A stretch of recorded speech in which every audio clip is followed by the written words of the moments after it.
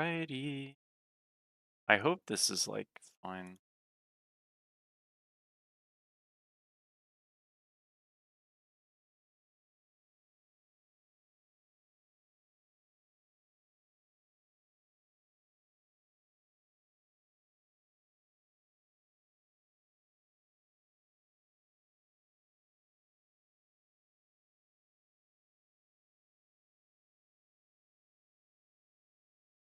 This is doing 15 hours of Smite 2 ranked. Oh dear. OSL Crete.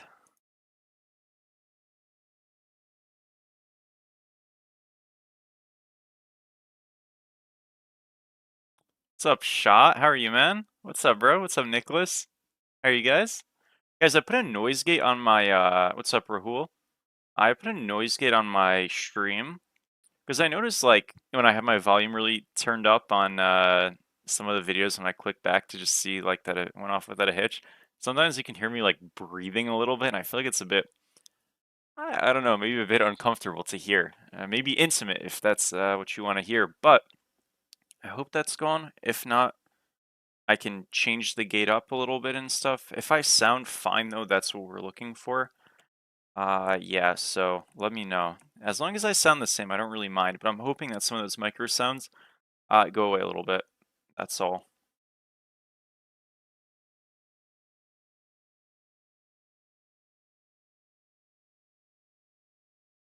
So guys, I have a question, okay?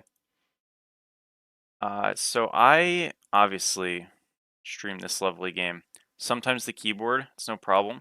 Yeah, so it used to be a lot worse, but I've definitely made it better. But yeah, I could still probably do more to like limit that as well. Oh shit, well we got a game. Okay. So folks, I have a question. I'm gonna need an answer before I lock in my character because I'm gonna have to dodge potentially. So right now, Olympus Smite League, which is that league I play in, like the amateur league, whatever, because obviously, yeah. There is a set going on like right now. It's for Crete, which is the lowest division, so it's like the lowest level of players, I think average gold plat. And they have a set going on like right now that's being casted right this moment. Do you guys want me to like watch slash react to that as it goes on and we can like pick if we want to keep watching after game one or no? It'd basically be like an analysis thing. I would just be following the stream, so it's someone else is already casting and stuff. I would just mute them, and yeah. Answer is yes. Because I'm honestly down. Like, I low-key don't want to play that much ranked. So I could. Analyzing would be interesting. Boys, I am gonna have to dodge to watch a Crete set.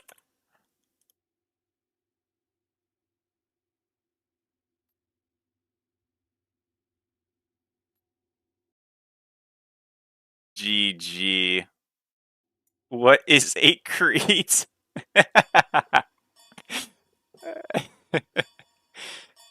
Oh my gosh. That is fucking funny. Listen, that's okay. My bad, guys. MB will watch the Crete set. So I'm going to try to get into the spectator. If I can't, okay, no, they're already in picks and bans. So I'm just going to pull up the stream and yeah, okay. So we're going to watch the stream on Twitch. I'm going to pull it up now. I thought I just closed my stream by accident. We did not. Don't worry. This is expected. Uh, Yeah, this could be like a fucking horror, by the way, but I'm really excited. I enjoy watching Crete. Your thoughts on Yorm were that he's good early, falls off? Yeah, honestly, like I haven't played him since that video, so I don't really have a good opinion. So here's the thing. I could have the caster sound on, guys, but I feel like it'd be like a really awful like cacophony of like me talking over them and them talking over me. So I think I just don't have them on. Correct? Like I should just have the game muted. Again, normally I would just do like camera work. If we are interested in watching post this game, I will just spectate alongside these guys. So then we could just have it all my POV, but then I have to control the camera, which is grim. So what do you guys think? Okay, let me change my title really quick on the stream. Sorry, I know it's black, don't worry. I will fix that. Deity solo ranked, watching OSL. Fixed. Cool. Okay, so, yeah, I don't know the players on these teams, so everything I say is obviously non-personal or anything like that. I'm just trying to be objective and give ourselves some gamer content. We are at top quality boys, which is huge. So basically, I'm gonna try to give you guys like some draft analysis, etc. All these things, right? So blue team is going for an Aladdin, Odin, Kali ban. These bans are like pretty meta. I think when you're first pick in competitive, usually you ban depending on how you want to play in terms of draft strategy. So if you ban meta, your idea is usually let's get meta off the board and then take a strong non-meta, like non-first pick worthy character, so to speak, and kind of just play on. But because red team banned more towards comfort and target bans, what I would traditionally consider non-meta bans, gods like Soul, Chalk, and Agni are good, but I would say they're generally a tier below some of the top picks in the game. Red team actually, or blue team actually just gets to first pick a Ares, which is like super value. So into the Ares first pick, we see a Neath Bellona combo. When you see an early Bellona, that's usually because you want to open up a heavy auto attack draft, excuse me. So you're trying to get away, characters that would be good into that, right? So Bellona slots in well. Also, this Chalk ban is good into Bellona. So you're trying to like really give this Bellona space to play with. I still don't think that's good, by the way. It's just like the reasoning. We ban a Bologna counter, we cover and give an opportunity for double auto attack. And in doing this, we take Hercules here on blue side, which is good with Ares. Also, Ares is good into Herc, so it's like it pairs nice. The Sneath pick is great. Kurnanos is just a high pressure ADC pick, which is good with Ares. And then Cupid on the 3-4 with the Bacchus. Bacchus is okay into Ares, I suppose. Cupid's good lane pressure. Uh, yeah, these drafts are a bit all over the place. I don't know. I mean, so I think you're gonna just see like different valuations of like characters and stuff by players, especially at lower ranks. You're gonna see like a trend towards comfort. So like while this blue team draft meta is like pretty decent, red team's draft is definitely a little bit out of left field. And yeah, they've got a triple hunter Apollo jungle draft. It seems like with the Bologna solo. I don't like this red team draft at all. I also don't like this Thanatos pick. I think it sucks. I think Thanatos is just a bad god. So yeah, there's definitely a couple weird things. I think if you trade out this Thanatos pick here on blue team for like a Susano, this draft is awesome. And then if you traded out this Cupid pick for like a Bari, and then you trade out this Apollo for like a Hunbats or Thor, this draft is also awesome. But they didn't do that. So we're going to see what happens. I mean, again, the rank of this is probably like gold plat. So as time is passing in this thing, I'm like getting scared. But yeah, let's see. Hate that Bari is open and nobody picked her. You think it's a fairly objective thing to say? No, I mean it totally is. I think it's just like, to be honest, Bari's, there's an argument to be made. She's not the easiest god. I know like she's overtuned, but she's not the easiest god, and I mean that's fair. Like you play what you're good at. I don't think that's like a super unfair thing to say. Granted, I think you should put in the effort to learning characters that are good, but it doesn't always happen. I really don't like Quad Fizz in this game. I just don't think it's good. I think Quad Magical's okay, but Quad Fizz, in my opinion, is just horrible. So yeah, definitely going to be interesting from a draft perspective, like what happens here. I want to link my stream, by the way, but I actually don't know how to on YouTube. Oh, sorry. Never mind. We figured it out. We're good.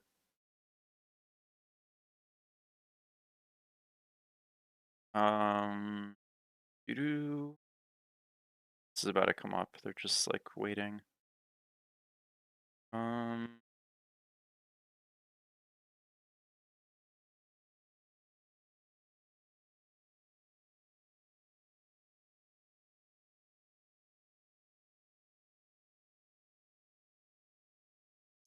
Alrighty, cool. Cool. I will say it is weird not having volume. Let's see what these guys are with talking the about. active that is Oh, that Sanguine Lash. okay. All right, guys, we're in the game. Oh man. Okay, so this could be. This is Crete. This is OSL Crete Fallen Angels versus Bard's College. I'm obviously gonna mute the gamers because or the casters, excuse me, because I wanna get some gaming viewage, unsullied. All right, man. So a lot to look at. I guess to start. So number one, you're going to see solos do a regular start, obviously, right? Mid lane is just going to be a normal trade thing with this Merlin Neath. This is two high prio mids that are just going to be in farming, and we're going to kind of see start. So junglers do the same start. Duo is very aggressive. Blue team does have pressure in this matchup, generally speaking, so they should be able to win the fights. And Ares just soaks a bunch of damage to get aggro, to get clear prio, which is normal. And yeah, I think builds are like kind of okay. The only thing that's a bit weird is um, we see what is it called? We see Blink on Thanatos and Thanatos Aspect, both of which I don't think are great. And then we also see um, Bologna with multi-pots, which is not great. Besides that, builds are okay. Yeah. All right. Let's do it. Got a Hercules trading. He's brawling. The thing is, when you're in a spot where you have a Chalice, the other guy doesn't, trading is fine, especially if you're going for the early level 2 cheese gank. The Scythe is on the mark. The 3 is also on the mark. But the Hercules follow-up just didn't really exist. He's spacing the 2 just to walk into it. Does get his beads forced, but I guess living the gank is kind of a W. Why is there so much fighting already? Okay, guys, this is actually going to be awesome. All right, so Duo gets pressure. They go for this camp. This game does feel weird without volume, though. I won't lie. I will try to go for a spectate where I can actually spectate myself afterwards. Big combo in the mid here, though. This Neath is low. She's going to just backflip out. And this is sort of the weakness with the Thanatos. His damage is very front-loaded, and then afterwards he's got nothing. So walking forward for a Scythe, that's a very bad play to make, and he's going to just die to red buff. Oh, no. All right, guys. So if you're low on Thana, don't, play up like that. You just disengage, because the problem is if you miss your Scythe, you're dead, and if you hit it, you don't kill. So there's nothing you really get from that play. You just always disengage, right? If there's a play that's bad, like playing up for damage when you get no upside is just always bad. I think one of the biggest problems I see with Thanatos players, and part of why the God's not good in this game, is everything is contingent on the Scythe, and sometimes even when you hit it, you're not even that good for wear. And when you miss it, you automatically lose. So the character has like an unneeded and unnecessary level of risk that other gods just don't have, because they're usually not so centric on like one ability making or breaking their entire character. And again, you see a lot of people kind of just willy-nilly throw the sights and then they end.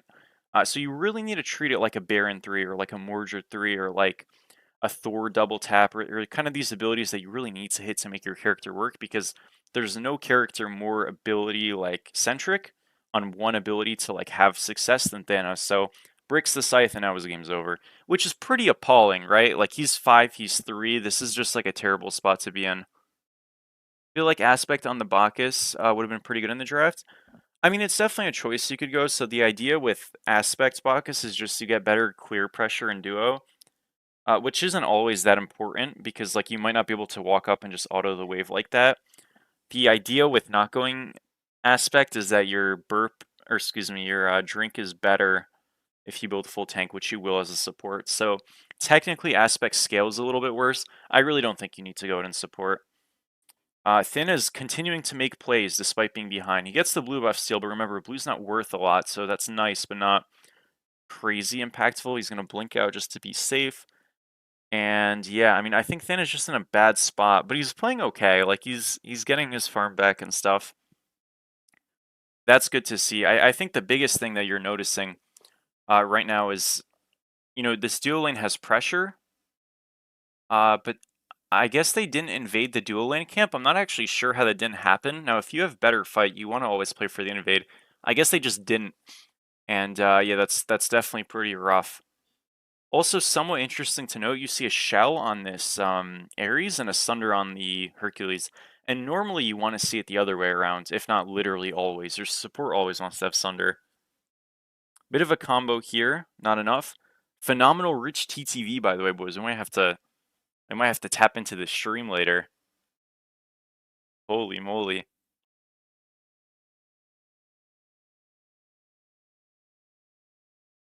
Another short trade here. This is really like kind of what you want to do into this Bologna pick. You just kind of 2-1 and then leave. The moment you start auto trading, it's not going to be any good. So, I mean, look, the game state has slowed down a little bit. We see Thanatos top left. He's playing for this duo lane gank. If they walk up, they don't walk up. And yeah, I mean, he's just losing a lot of farm. I think really for the Thana, what he should adjust, like just seeing this game so far, is you notice like his bottom camps are up, up, up. These camps are coming up.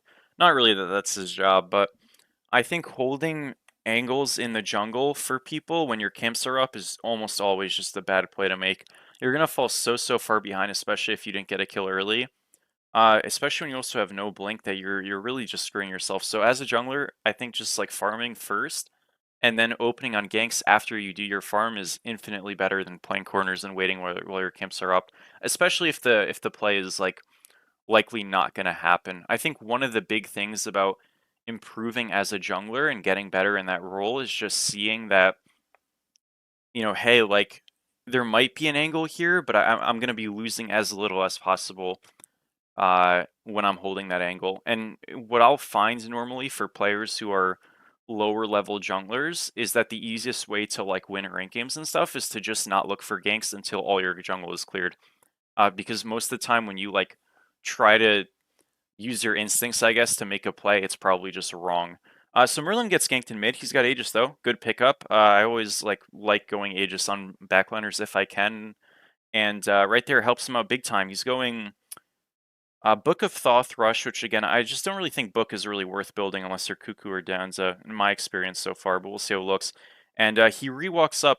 Again, it seems like kind of baited by this like play from the Thana to walk up, but like you also just never do that, and he's also just dead. Oh, he's not dead. Nice.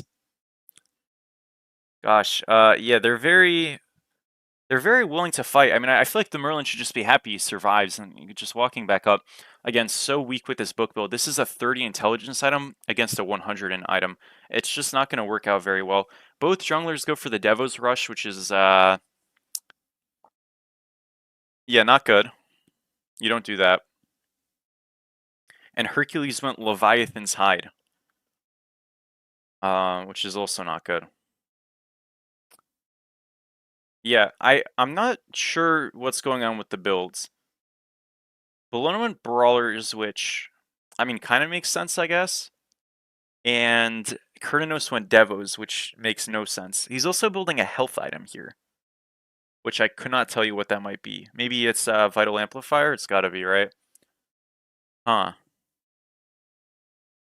Okay. Yeah, I don't think that's a good idea. I don't think that's a good idea. You need Sunbeam Bow as an ADC. That's just the easiest thing to say. The reason you're going Devos, or excuse me, Death's Toll as an ADC is to allow Sunbeam Bow. So the moment you start going Death's Toll without Sunbeam Bow, you're like losing the plot as to why you go the first item. Now you don't like, that doesn't mean Death's Toll is bad without it, but it's like those items synergize very well, so it just kind of, I think, is a wasted opportunity. Yeah, I mean, I think something that like already for the sports college team they can look at now being down 2,200, some of it obviously just like passive misfarming, is, you know, for the draft that they've put together, I don't think their builds are like matching at all what they want to do. And I think a lot of these fights are just really poorly planned. Like grouping as a Thanatos on this totem when your backside camps are up here is just like not good to be doing. Again, you really need to clear your stuff that are actually important rather than contesting useless stuff. And again, like when you had, like I love this play here, the Merlin just goes in with the Ares and sadly they don't kill him. But this is the type of thing that you want to look for and say, okay, let's use this objective, excuse me, this pressure play to just go to the objective. Instead, Thanatos hovers, looks for a pick that's impossible to happen.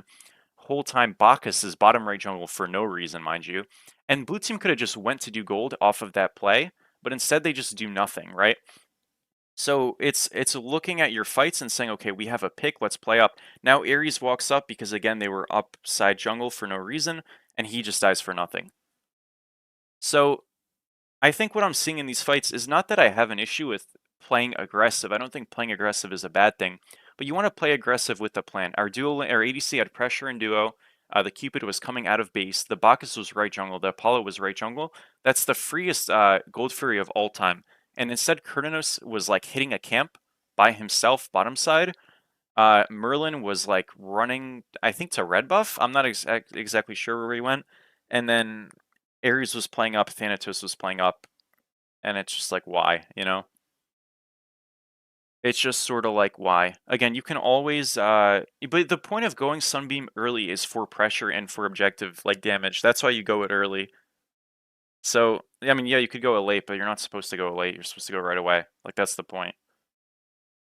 Again, they're building these builds that are giving them no pressure early, and then they get a free angle, and they didn't take it. So, again, really, really important when you have team fighting going on in the map, especially as the mid jungle 3v3, you have to look at like what that fight allows you. So if you force the beads and force someone to back, always like look if you can do gold. And if you can, just do it. I think being very like trigger hesitant has really been hurting. Another thing that I think is very important, that if you were in my stream yesterday, you would have seen. I always tell support players to hover duo all game and just play through duo literally the entire match. Where have these two supports been practically the entire game? They've been in mid, they've been hovering solo, and it's just a really bad look for both of them. It's going to get you behind and make you like largely irrelevant. You just need to hover duo. I mean, this camp is up and neither support is here, which is absurd. You know what I mean? You just hover there, you stop coming mid. These mid roams are completely useless for both of them, and you consistently sit on the camps to get your ADC ahead. And if you do that, you'll have a very consistent way to play, and you'll have a consistent like opportunity in terms of farming. So we're seeing like a very like clear grouping. Obviously, again, they pick the Ares. This is all like good and fine, but you have the solo kill in left, right? You can just group as four. Merlin actually steals this, which is hilarious, but you can group as 3 or 4 here and just do the gold while this team does pyro. You have the pressure here. Again, I think people really, really need to remember this Gold Fury is not hard to do. You can just do it. So that's like, I think the central theme of this match is just like if you have the space, just kind of do the objective rather than, you know, like roam. Like again, we're seeing Ares going mid. This is again not where you want to go. This guy should be left. This Bacchus also. Like, what is this mid hover? He's just waiting in the bush. Why? What is this play? Why is Ares waiting in the bush? Oh, he's dead. This is cursed. I think one of the things, right, that helps you as a player, even if like you're not always entirely sure of what to do, is just genuinely like asking yourself, is what I'm doing feeling good? Not like, is it good or bad? Just does it feel good or bad? And the answer is like, you can't tell me these mid hovers feel good, right? Like at all. Like they feel terrible to play. And that's like, should be a really good indication of like what we're doing here is just not a good idea. Now they're going to trade with the Bacchus because they fought in mid, kind of haphazardly right there. And so at least they get a kill, which is nice to play. It's good to play when you have numbers. So that is smart. Good Bellona rotation here. Gets an easy pick. Well done by him. But yeah, you know, your Kurnos gets kind of left on an island on left. He dies there. And yeah, it's very segmented.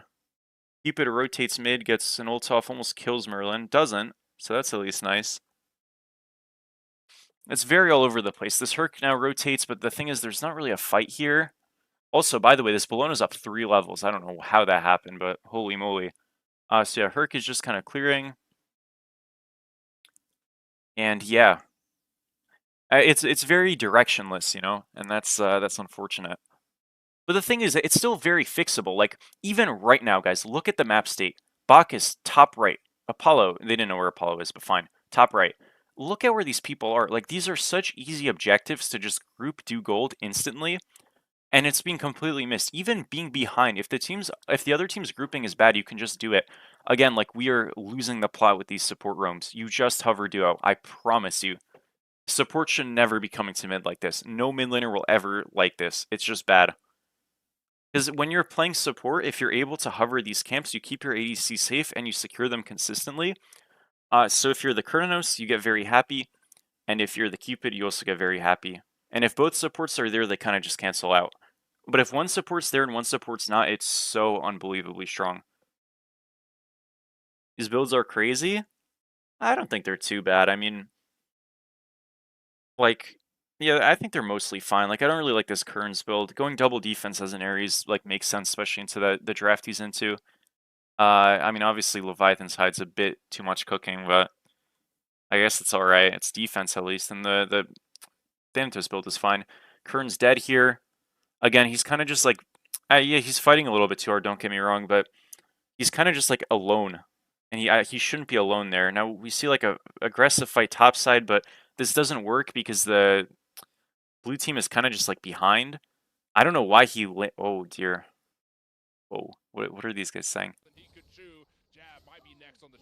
Yeah, I'm not. Oh dear. I don't know why he went back in. He was like full health, no? Yeah, rough call from Dimmy Dog here. And Jab stays to try to help him. He's gonna be gone just like that. A little bit directionless gaming right now. Gold Fury gets taken, 5k lead at 16 minutes, and this is looking historically doomed. So, alright, well, let's try to play like devil's advocate a little bit here. How do we as blue team get back into this match? So, 5k is bad, I won't lie, but it's definitely not over. Like, if the game's being played super tight, it's over, but it's not. So, there's a way to get back into this game. So I'm going to try to show you guys how you get back into this game if you're a blue team. So our Ares is on the right side of the map, finally, which is great. Like, this is awesome. Bacchus back tier, or Kern's clearing. You kind of have a little bit of a moment that's a bit dead, but your advantage and your time to kind of find your feet, your foot back into this game is when red team starts to group on something. So when it's a lane play like it is now, you just kind of play lanes and you don't really think about it. Herc is going to fight a little bit. I guess he's getting his Leviathan stacks and he's baiting a gank, but this is really not what you want to do. So you don't want to play for ganks that you can't make. Again, if you're a blue team here, you play to farm and you just play lanes. I like that they at least forced the blown ult, but that was unnecessary from the blown ult. You didn't need to do that. What you don't do is you don't continuously hover this, because what's going to happen, you're going to get grouped on and die. Thana does get his ult off, so just pull out here. We leave. What Merlin's doing here, no good. Don't group to your team. Again, red team wants to group as 5 and do objectives. What you want to do is just split opposite sides of the map and push the fact that you have like a numbers advantage across the map where they have numbers, concentrated. So you just play lanes, that's it. Super simple. This grouping and hovering together while not farming is really, really useless. You just shove mid as the Merlin here. The Ares never fights here, because again, there's nothing good that's going to come out of this. And the Thana also never fights here, because there's nothing good that comes out of this. What you want to do is get a spot where you have a numbers advantage because you split the map, right? But when you group up in a fight where they're grouped and you're behind, there's never a good story that comes out of that, right? Now, Bacchus is just going to kind of 3 there blindly. Again, Thanatos is hovering for a fight that's never going to be won. Kern is splitting, which is correct to match the Cupid, which again is fine. But they're grouping for bad fights. This is the spot where, again, you separate, you take advantage of the fact that they're not on the objective, and you just clear waves and you just shove them. And then if Bellona, say, comes over right, well, then you 3-on-1 her, or, you group on somebody. Bellona's really out of position here. She'll probably fall. Team beats is used. She's out. That's a little bit grim.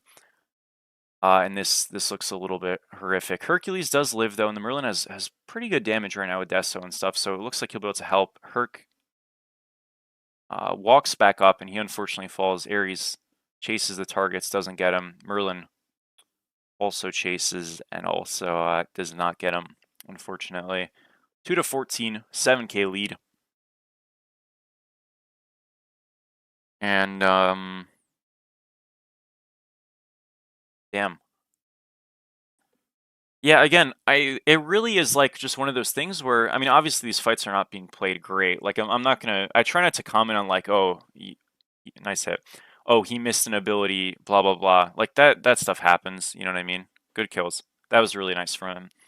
But it's I think something that you can fix every game is your decision making. That's a great solo, by the way. And this Apollo is like insane for taking that fight. If you're losing it, just dash away. You're fine. Uh, but you know, if you're in a spot where like you're losing a fight or losing a game or something, you just don't need to take that fight, right? You can just separate. Now, them getting a couple of picks, Kurnos getting a solo into a tier 2 really saves the game. Where it was like completely over. Now, you know, 4 minutes past the 16-minute mark, they're still down 5k post the heroics. But you just have to imagine, like, if you're blue team there, and you just, let's say, don't fight in mid at all, like, you literally just do nothing, and your current takes the 1v1, he gets a solo kill at tier 2, you're down 3k. So literally doing nothing is better than, like, taking and forcing these awfully contested fights that just don't work. I love this Gold Fury call. Again, we are group, they are not, let's do this.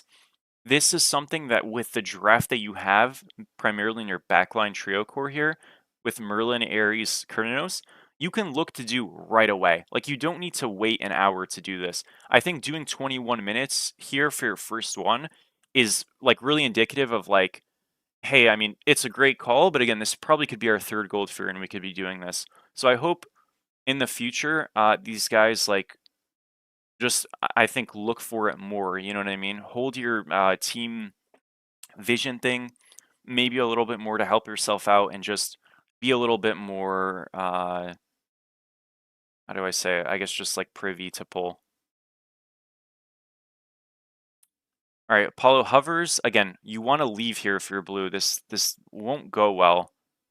Thana, despite getting some kills, is still obviously going to be behind. Like, they're still not in a good spot. They've done a good job bringing it back a little bit. Ares is hovering right to play the 2-on-1 over here. I don't think this is like a bad idea in theory, but I just don't think they ever get anything. Yeah, so they forced Bologna's ult, which I guess is nice.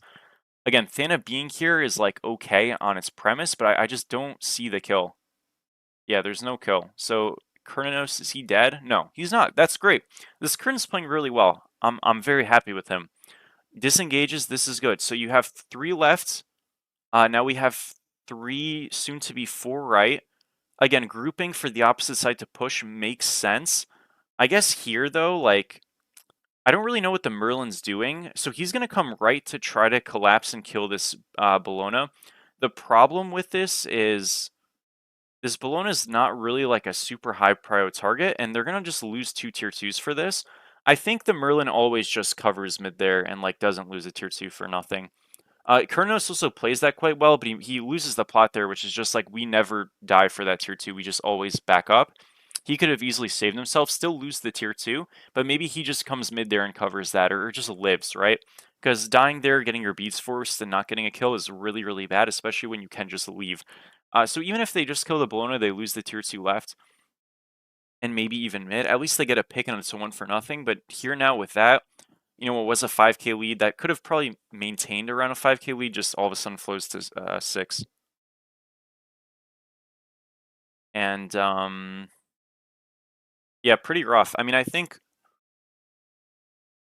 we just saw like a very classic kind of overstay thing right there. It was a good play to kill this Bologna. Like, I think it was a good idea in terms of like the grouping, but the big mistake there we saw was just like, I don't think Merlin, if Merlin has to come over to get that and he has to leave mid tier 2 for nothing, it's just a really like chalked feeling thing, I think, because you're just losing so much now all of a sudden for 1 pick. It's not even a shutdown.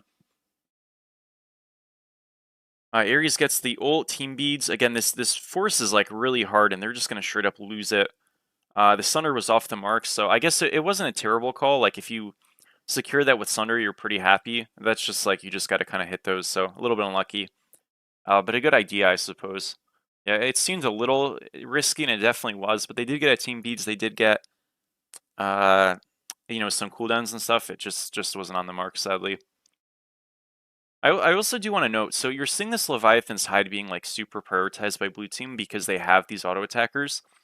But the item is just bad. So like you just go Nemean and Spectral over it every time. You don't even think about it. I think they're like super overthinking this idea of like, oh, they have, you know, quad hunter or quad auto attacker, whatever. Like, we have to build a certain way for that. And you do, but not this. This is like the wrong direction. Also, this phrase just pickup is really bad. You just go breastplate here. But again, I really think this Leviathan's Hide is the offender here, above all.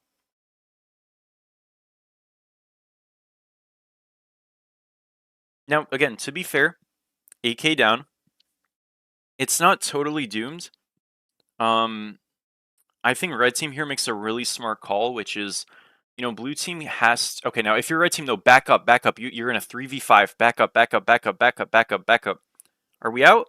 Oh, Bacchus, leave. Just jump away, jump away, jump away, jump away. 3, 2. Oh. Remember, guys, when you Bacchus 3, you are immune from Ares pull. So you can 3 the Ares pull, and then you just jump away. Now you have to save your 3 for the Ares pull. I don't think he did that, so he dies. Blue team now forces the fire because they got to pick. This is a very bad call. They're going to get off to fight, which is a better call. And the combo is actually really clean on the Cupid, but it's not enough damage, and they just get absolutely neath shredded. Rough. I think mechanically that was played decent, but it was a little bit too much sauce. So what do we see happen here? So we saw red team branch off to send 2 to gold. Why is that a good call? It's a good call because blue team doesn't have the initiative to do fire because they're behind. So I actually think it's very smart and definitely correct if you're red team to just branch off and do gold while the rest of your team craters around fire because blue team can't do it. It's very smart. I like it a lot. That being said, if you're red team there and you're in a 3v5 spot, your people remaining, Bologna, what was it, Neath and Bacchus, just need to back up and wait. So Bacchus gets caught because he's not backing up and waiting.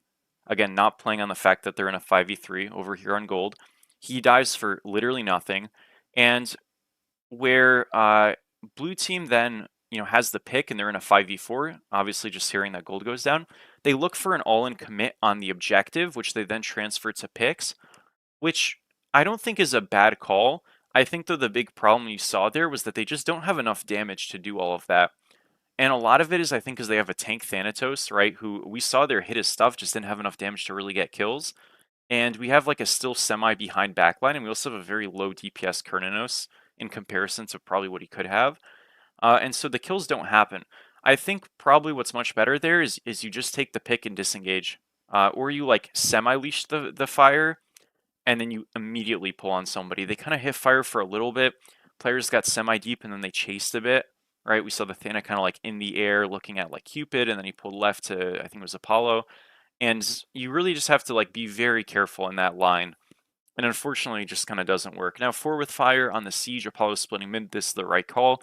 Thana can't really match him, so he's going to try to, but this doesn't really work, and I think he's just dead here in a second. Maybe not, but he still is just going to lose this Phoenix. Good Bologna ult in, gets a really nice engage. The Kernanos Soul is solid. Apollo ults all the way in, which is like insane, by the way. Like, this should never work. He does get a kill and dies. That's definitely worth it, but a little crazy. Left goes down, and I think this mid will soon follow. If you're a red team here, you never look for the end. You always just look for this mid Phoenix, and then you just leave.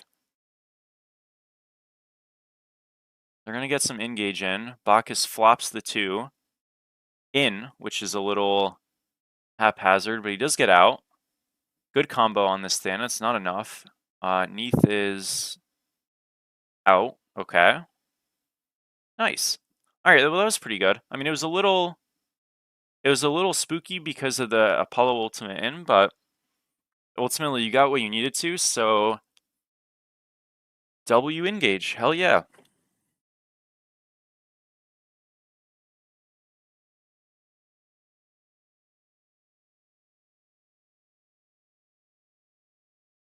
Well, you don't want to actively frontline on Thanatos, and that's sort of the problem. Like, that's why these builds aren't good, because Thanatos is not a frontliner no matter how you build him, and he never will be. The only reason you're building a tankier build is because you're on a flank to 1v1 the jungler, and then you are ulting to ult into a team to execute a tank, right? So, but the thing is, truthfully, like, this build is not tanky. I know it looks like a lot of defense, but this build's not tanky. You have a 15 pro item here with health, right? I guess, but again, Phoenix Shield doesn't have good synergy on this god. And then you have Leviathan's Hide, which is horrid. Regrowth, which is 35 prots. And then you're going, what is the shifters here? So this is not a high, like, defense build, right? Like, if you have, this is Brawler, excuse me. Yeah, this is not a high defense build at all. And that's I think that's one of the big issues here. If you're gonna build a tanky build, you have to kind of commit to one, and this just isn't one. Again, I think the idea here and what he probably got baited by was like, oh, you know, they have a very Hunter-esque comp. Let me build a jungler that can be tanky, but this is not like the way you build it if you're tanky. I mean, to his credit, he's kind of hit his stuff more recently, and you know, it is harder to play the game when you're behind. I'm not gonna pretend it isn't. But directionally, we're just like we've just been all over the place this match. I mean, there is a lot. I know I've been harping on this Thana because I think control I think junglers are just so impactful in this game. They can make it so easy. But there was just like a lot of really silly decisions across the board that were super avoidable. And yeah, unfortunately, game state is looking pretty cursed. So red team shoves here to get the tier 2. They're going to pull back to do fire after this. Right? Yep. And blue team kind of can't hold. This is why you get this duo side Phoenix, right? Because how do you defend this fire when you have to clear waves here? It's not very easy. If you're red team here, if blue team contests, you just wait for fire waves to shove, or you just wait for them to walk up. I think you have to contest this as blue, but you are on a timer because of those fire waves.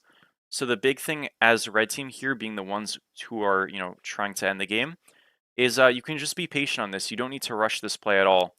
You let the fire waves go in. Now, we don't see fire waves on Spectator, but that's all you have to do. Just let the waves go in. They're going to rush it a little bit, which doesn't mean the worst thing in the world, because if you can get early damage on your tanks, it can still be fine.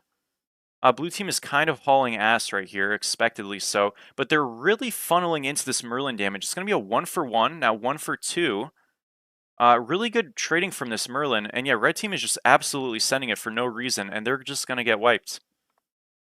Well, really good Merlin damage. I mean, I think he positioned great right there. It's like super far back, right?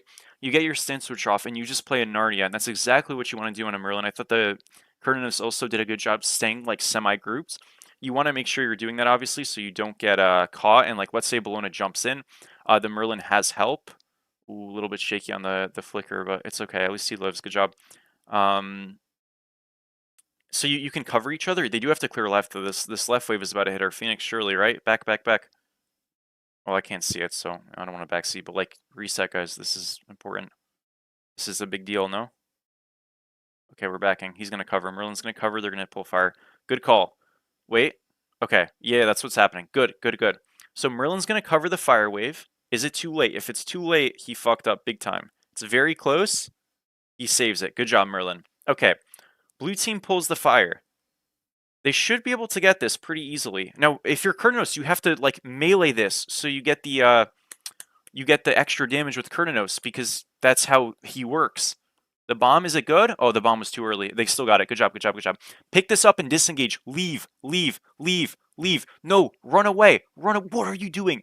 Go away. Oh no, boys. It is a horror. Oh, absolutely not. Come on, man. You guys were doing so good. What was that? No, dude. Okay, leave. Good. Okay, they're out. It's a 3v5. They're going to lose this left Phoenix for sure. They're probably going to re-lose mid again, but they don't lose the game.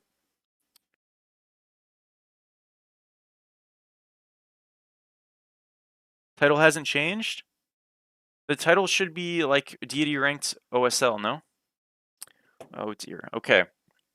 So guys, yeah, the Ares should just walk away. I don't know why he's resetting right there. That was like insane. But yeah, you don't help him. You just leave. That's not a stand your ground moment. You just back. Red team doing gold here is fine. It's a bit questionable because when you have the picks, you should just like take it to the Phoenix right away. That's one shot. I don't really know. They're playing this very like cautious because they threw. I don't know why they're mid though. Why are we mid? Cover left. We have fire. Oh my gosh. What is this call? This is just gone. Oh my lord. Yeah, like you can just group and defend this, guys. You have fire on 3. This is such an easy hold. Dude, no way. Okay, we're fighting. We're very split right now. Oh dear. Bricks the ult. This is a horror.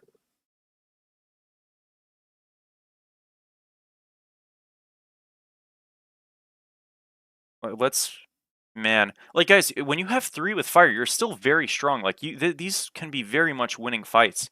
I don't think they realize that. You just group and fight them wherever they go. I can't believe they just gave up mid for nothing. Or left for nothing, excuse me. Oh, that was awful.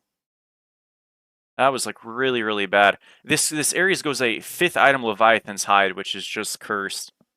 Again, 0 Spectrals on this draft is just not good. Man, oh man. So, by the way, the reason why that Fire Giant flip went so terrible for Red Team is because they didn't play the patience. Remember we said let the Fire Waves come in. What did Red Team do? They super chase into Merlin abilities.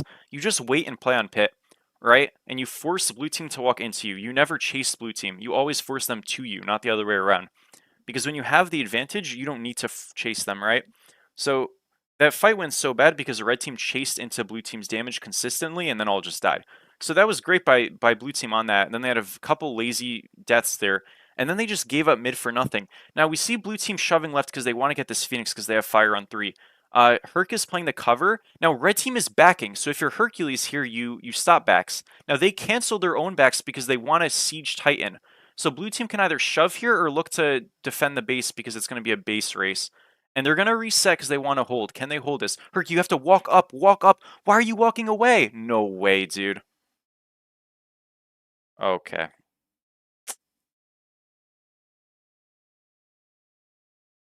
I don't know, man. That's absurd. Guys, if he just walked up and in, like, okay, very important. When your team's backing because there's a Titan siege, you just walk into them. You can't walk to your fountain when you're full health to heal. There's nothing to heal. You just have to, you just walk in and you just CC. That's it. Like, oh dear, that was grim. All right, guys, I'm going to try to get into the next game so we can have sound. What was that? Guys, that was not good. I mean, yeah, dagger, no dagger, I don't really care. But like for sure, the point is though is like you don't even let them get into the Titan room. You're supposed to like run up and CC them and like F with them to slow them down.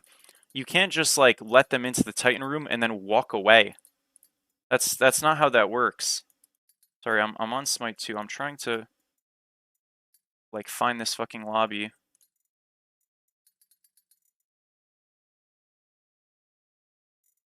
I hope I can find this lobby, guys.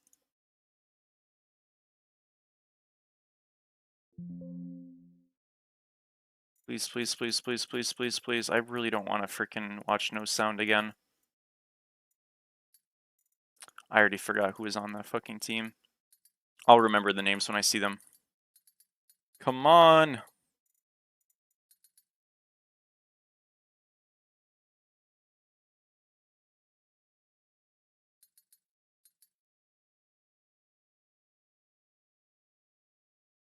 Man, that was brutal.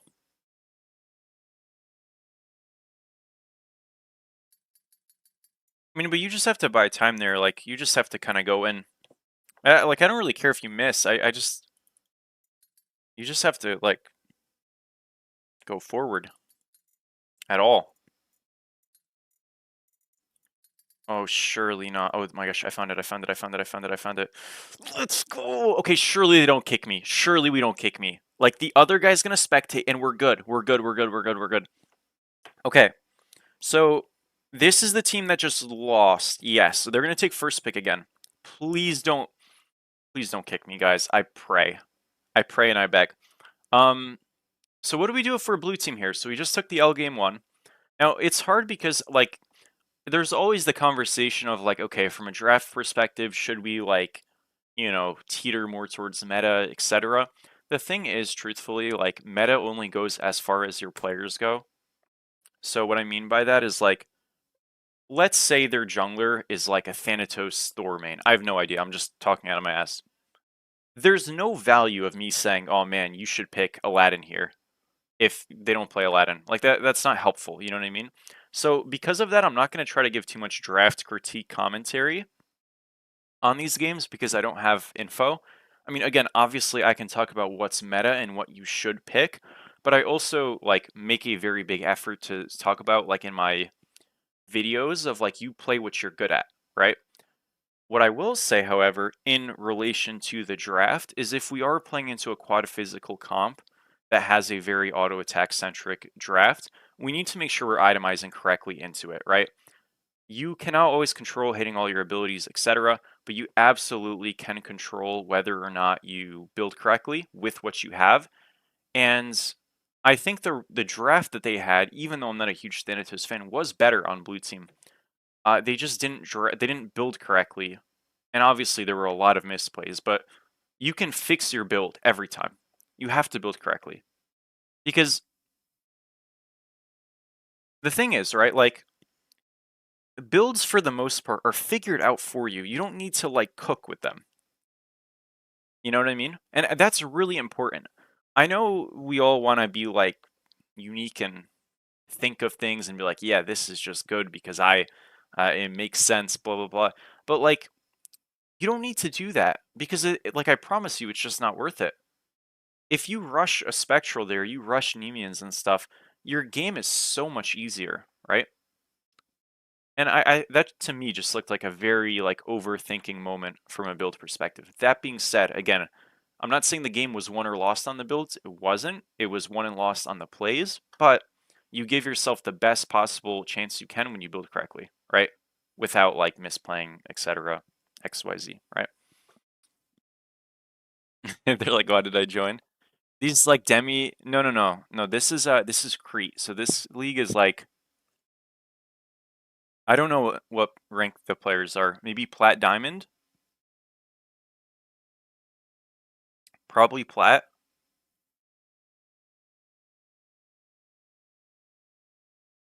Maybe Gold Plat? I don't know. Let me look it up. I'm gonna just tracker one of these guys right now.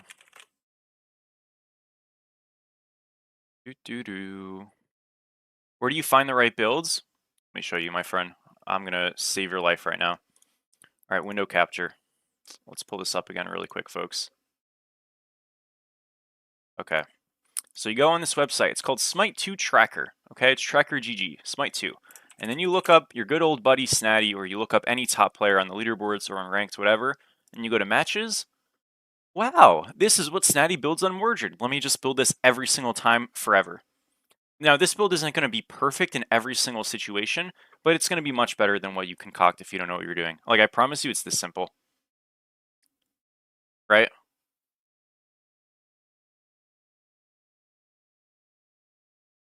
Like literally just copy people's builds if you don't know how to build. That's it.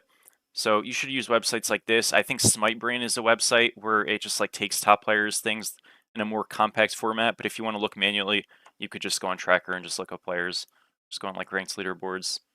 I would not look at any people who are not NA or just because like some of these like minor servers have like significantly worse players. So you just like look if you need any mid lane build in the world, you just go on BennyQ and you copy any of these mid lane builds.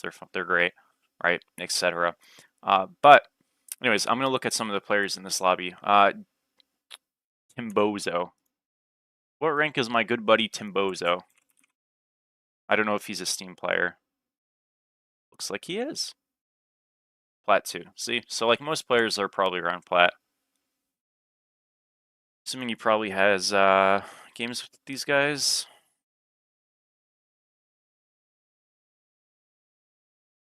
Looks like no. Damn. I think Crete in general is like a Plat league. Oh. Ish.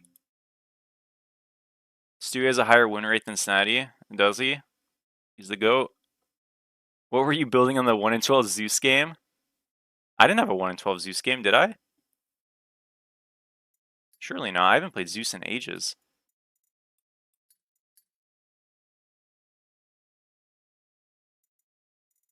Yeah, I don't think I had a 1 in 12 Zeus game. I don't remember the last time I played Zeus. I'm 2 in 10 Ares. Rough. It's all good. Yeah, you could also go to Barrow, like whoever. It doesn't really matter, just like a good player. Like at the top. And that's just a good move. Did they cake you? They did not cake me. No, no, no. No, guys. Like I'm not trying to like I'm not player hating at all. I'm only just saying like, uh, I'm not. I'm just like trying to give constructive criticism, right? That's all. So like, I really think the biggest thing obviously was like the play, but the builds like you really should not overthink and overcook builds on your own if you're not sure. It's just like unhelpful. I think it's a waste of time. And it's much better to just copy builds if you're like building poorly. Now, how do you know you're building poorly? I guess that's a bit tough, but I would just say generally like if you're building items nobody else builds, more often than not that's probably a bad sign. No, I think Runeforge is fine. That wasn't a problem. It's the Leviathan's Hide pickups, like those are awful. Alright, blue team takes first pick again. Again, the Merlin pick was great. Like it's a great character. Like their draft was good. Their draft was better than red team's. It was just the play. So if you're blue team and you lose that game, you can very, very, very reasonably say, our draft was good, we just misplayed. That's it. And you're cool with that. Like, no, not everyone's gonna say that, but like they could genuinely, if they ran back the same exact drafts, I would be fine. I don't like, maybe you take someone off a certain pick because like they didn't feel comfortable on it or whatever, but like from a tier list meta perspective, completely fine. And they're running back literally the carbon copy of the exact same bands. I think the first. Ooh. So this Bologna pick is good into the double hunter, triple hunter draft that I suppose they did. So it makes some sense to take it away if they're afraid they're gonna, run something back similarly. Phenomenal, who is the Hercules, didn't look super comfortable on it in the lane. I mean, he was down 3 levels. So maybe just sort of saying like, let me take away the Bologna. I feel better on it than I do on Herc. He also played Bologna as a problem. I don't hate it. I mean, I think it's an okay idea to do. The problem with taking Bologna is you do just kind of give them this, which is like really strong. Artemis is going to get taken by the blue team here, and this is for really just like a high DPS. It's not the safest hunter, but it has a lot of burn shred, and it's also a beads burner, which is like cool. I don't hate it.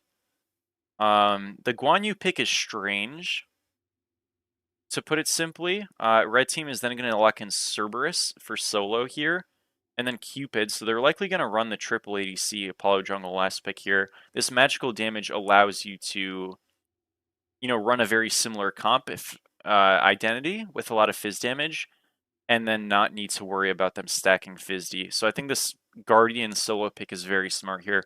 Now Cab is obviously like the much better pick than Serb here, but like maybe he just doesn't play it, so this is still fine. Yeah, this blue team draft sucks, to be honest, but maybe they try to salvage it a little bit. I don't really know what they're doing here. Ooh.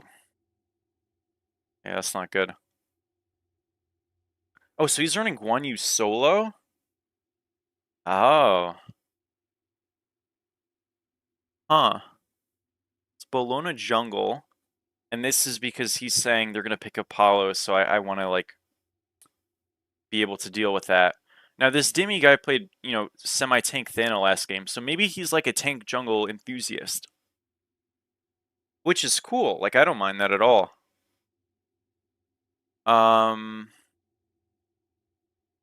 Does that mean you first pick it, though? I don't think so. This Bologna matchup fucking sucks. This is a really bad jungle matchup.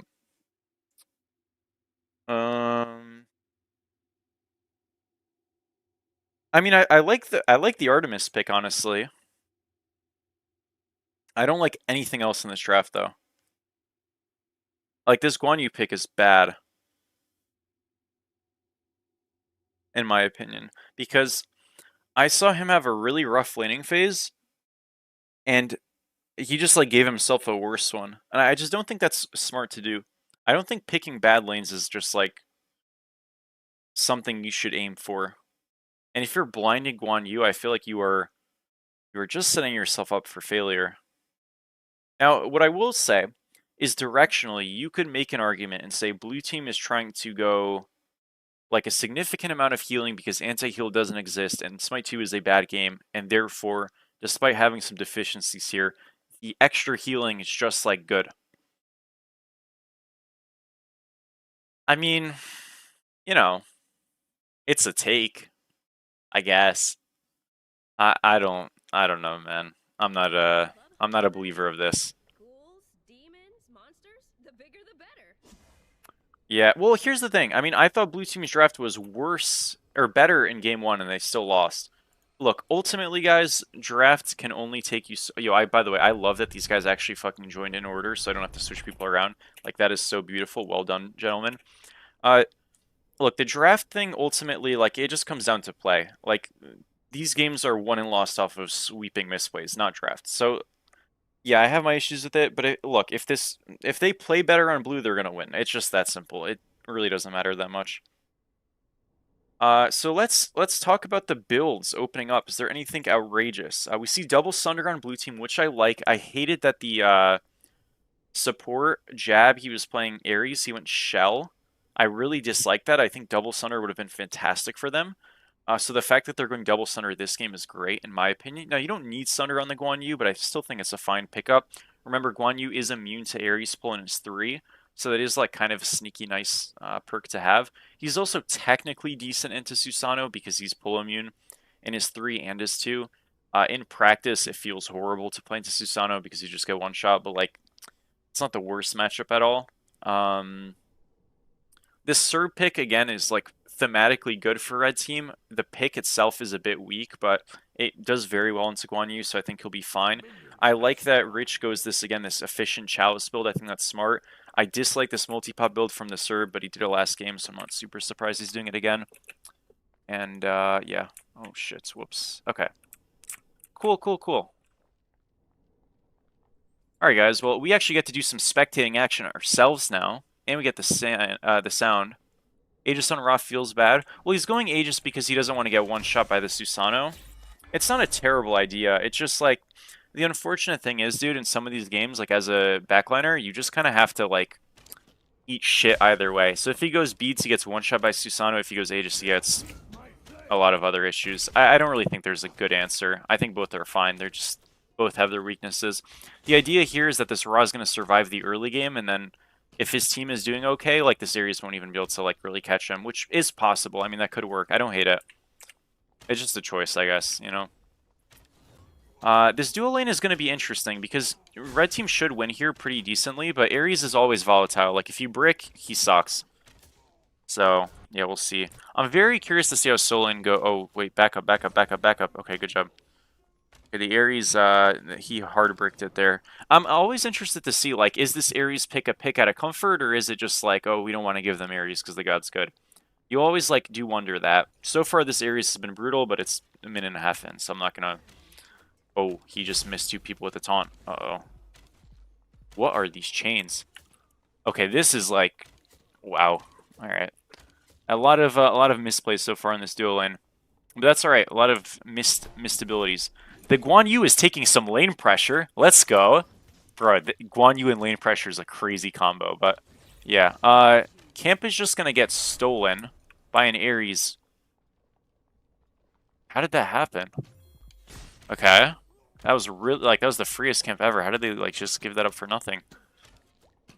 By the way, on Athena, like, I mean, you could go your taunt at level 2. You always back up there, by the way, because they're always hitting 3 right away. I guess this kind of works out, though, because Cupid dashes in and Bologna's here. Good route from the Artemis, and that will actually be first blood. So really nice jungle gank. Whoa, what was that 3? Did you guys see that Artemis 3? Nice slow. One more. Good route. There we go. Okay, that was beautiful. Yeah, that was really poorly done by the Athena, like really poorly done. But the Artemis and that was a great rotation from our Bologna. I mean, look, one thing we saw this Thanatos do game 1 was he was very fight-centric and it was not working. So I like that he went for a play that definitely gave him some good looks. Good job, Bologna. Good job, Bologna. That is some good gameplay. I already like this Bologna pick more than the Thana. Hell yeah. Again, the Soul Laner is doing fine, so like good for him. This is probably gonna get pretty shit soon. It's getting pretty shit already. Yeah, expected. But Yeah, I mean they've gotten out of a horrific situation in duo due to the gank, so that's big time for them. Blue buff's getting invaded. That does not matter, like, at all. If you're this Bellona, I promise you guys, do not defend this blue. It's a waste of time. Oh, he's getting dove. Whoa. Wait, does he just kill Serb? Oh, he does. What is the Serb doing? Why is he here? Okay. Well, good kill. Hell yeah. What I was gonna say is I promise you, defending this blue's not worth it because it's worth so little farm now. You're so much happier just invading speed and stuff. Well, if the jungler's around. That being said, you got a kill. It's great. If you don't get the kill, not great. Again, Serb just hand rep that gift, so well done.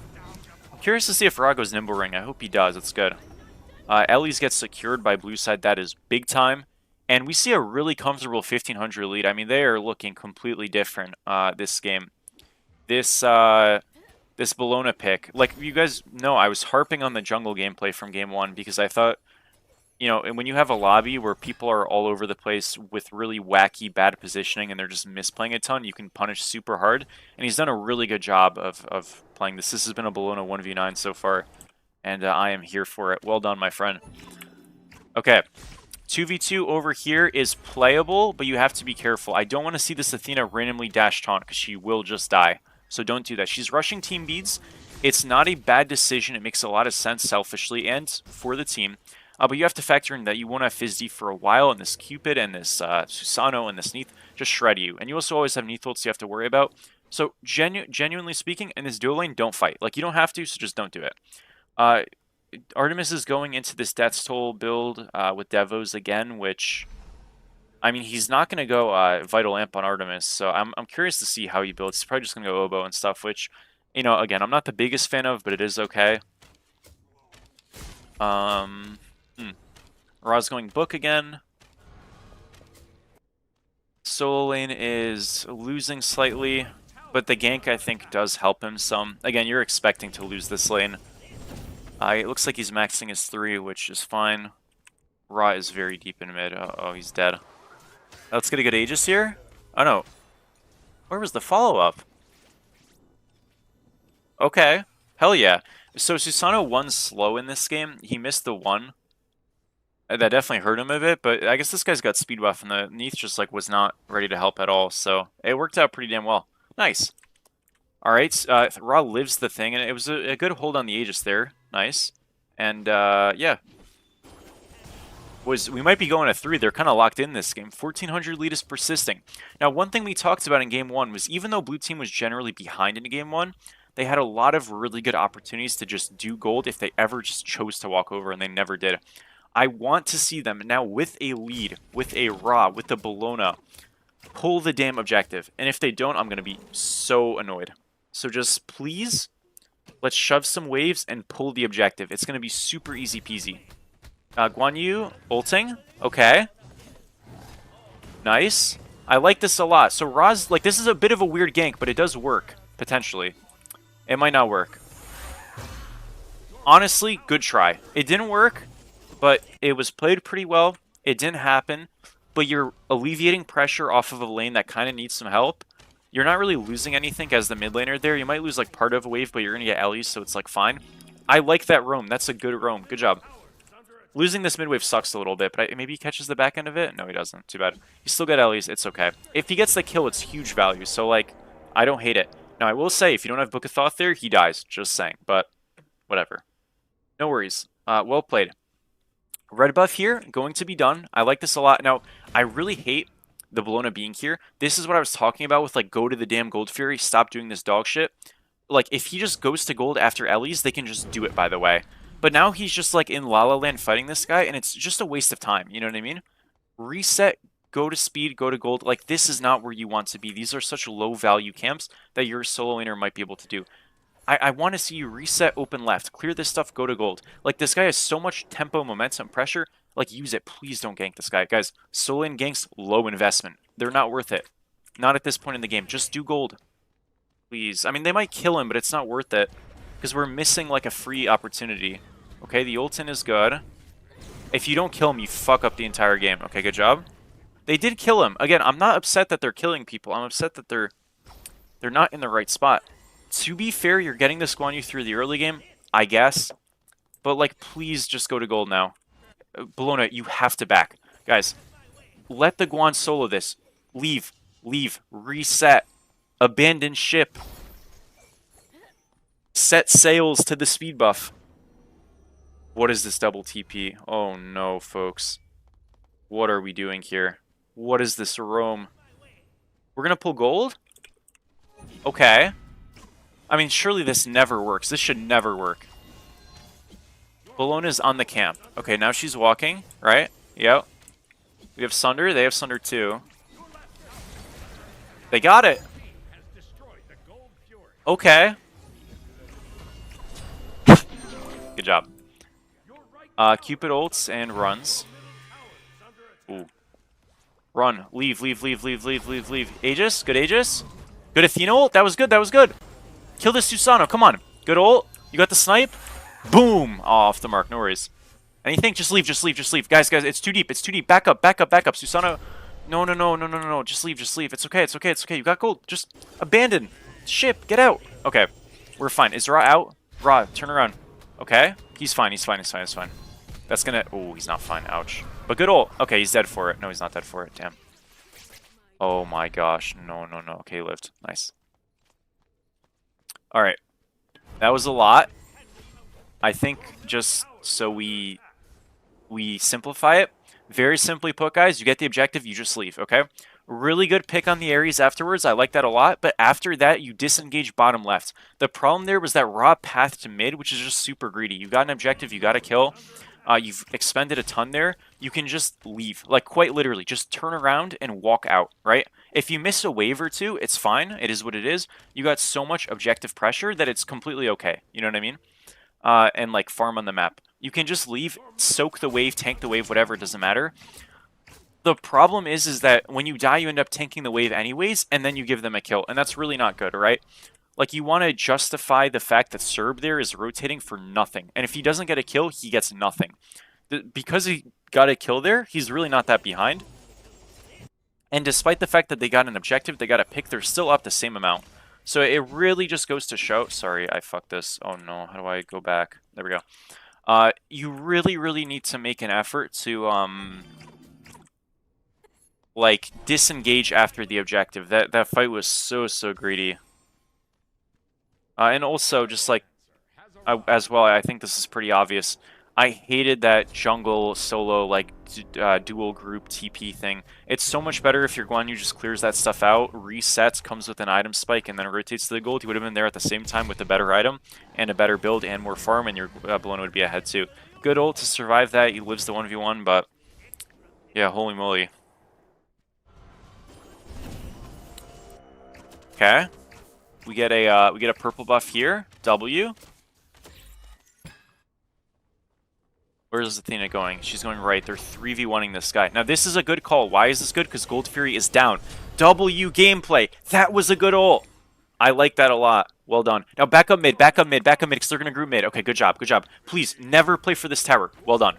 If you're Ra, right, you have 3 people on right, you're never getting any help. Notice my boy on the Artemis here. Safe. Safe gameplay. He's chilling, right? Beautiful. You do what the Artemis does in mid. Like the Artemis is doing left, you do it in mid, and you just leave. And he did. That was great. You play where you're strong, and where you're not strong, you fucking back up. I love that. Pyromancer, grouped, good play. Boys, this is what I'm talking about. The draft can be shit. It doesn't matter. If we play together, we are so back. We are actually so back. It's beautiful. Guan Yu's going... What is this item? Regrowth. That's what it is. And I don't think Lash is good on Guan Yu, by the way. I don't think it's a Guan Yu item. Good taunt. Sunder was very unnecessary. Oh my gosh. Aaron Freyer. Domination. Okay, my bad.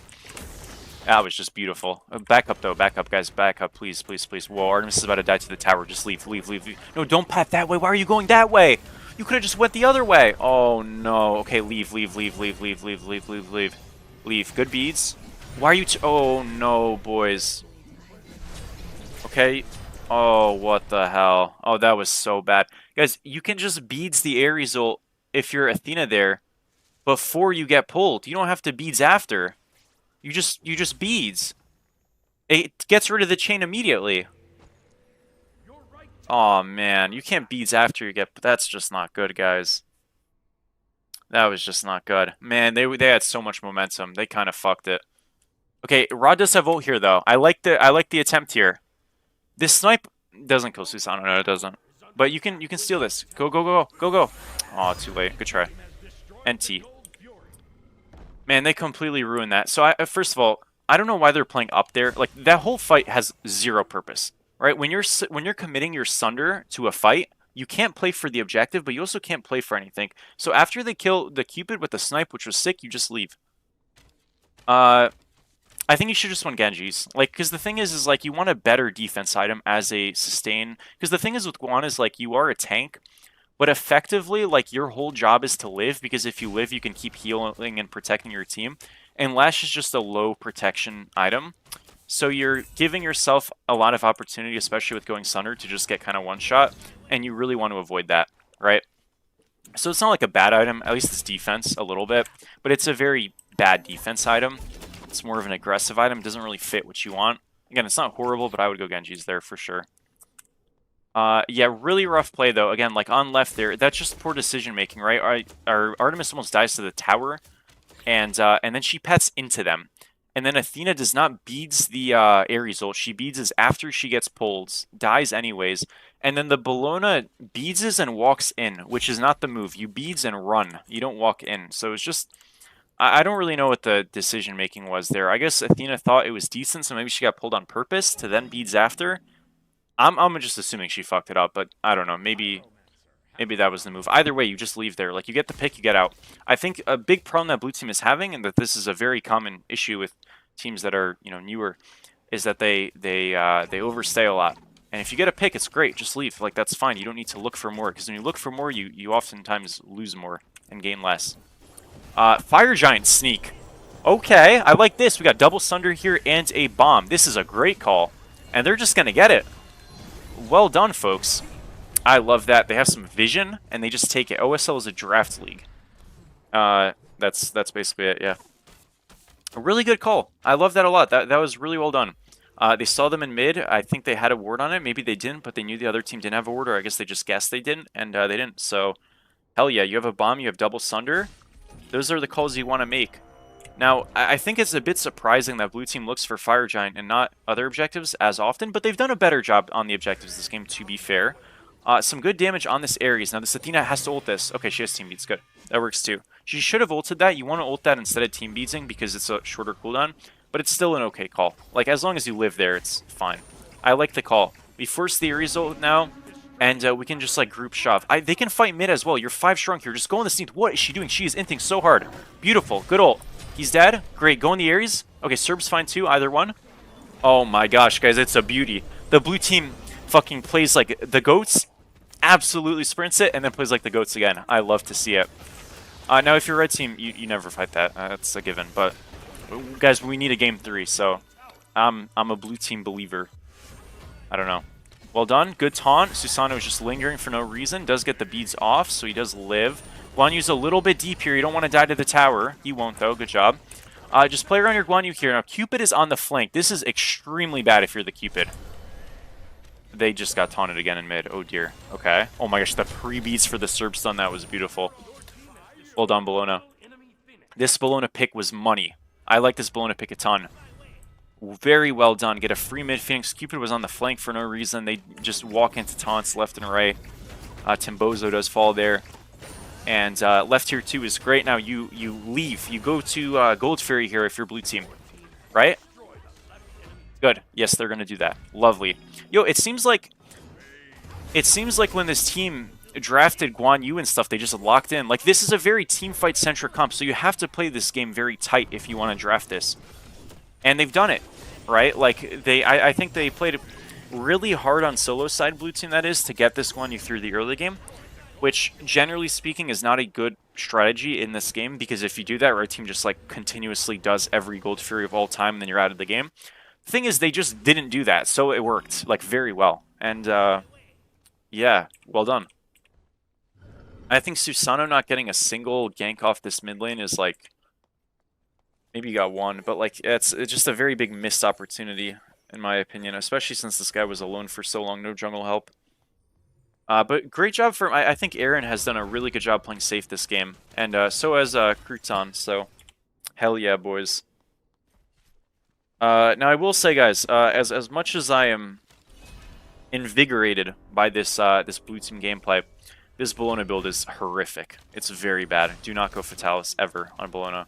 Or Bracer of the Abyss. You should not go those 2 items. Either way, well done. Good tier 1 here. That's solid. You have fire for 45, so you can either group and do this tier 2, or you can just like reset and farm. I think this is a fine call. It's just up to you.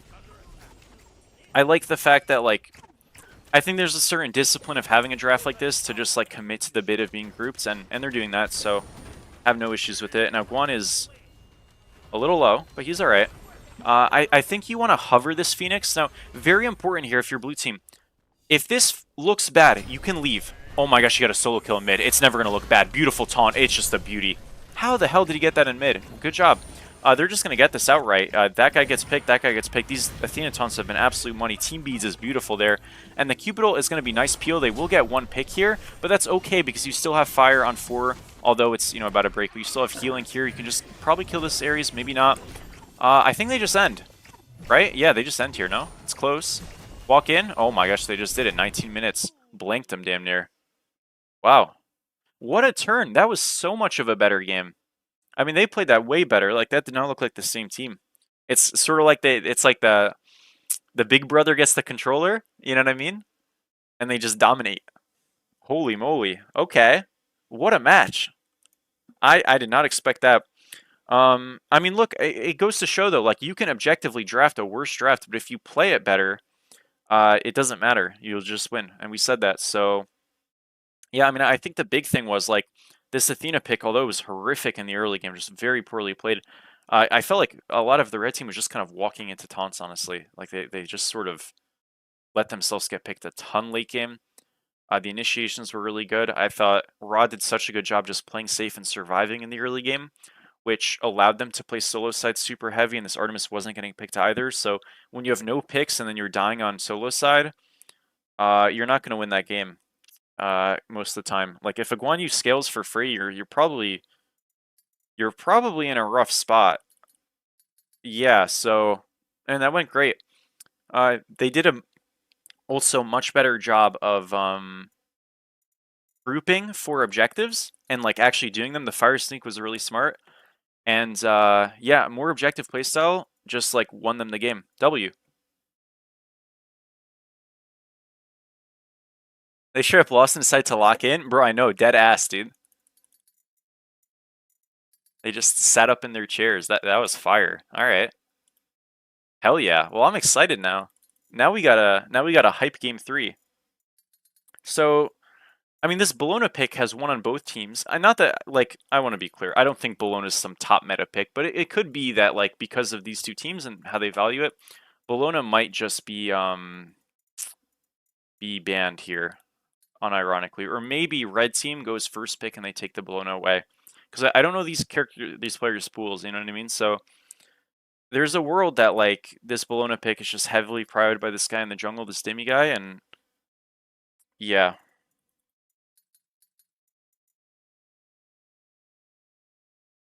Someone's gaming chair arrived. It's gotta be, right? It's gotta be that. That was hype, dude.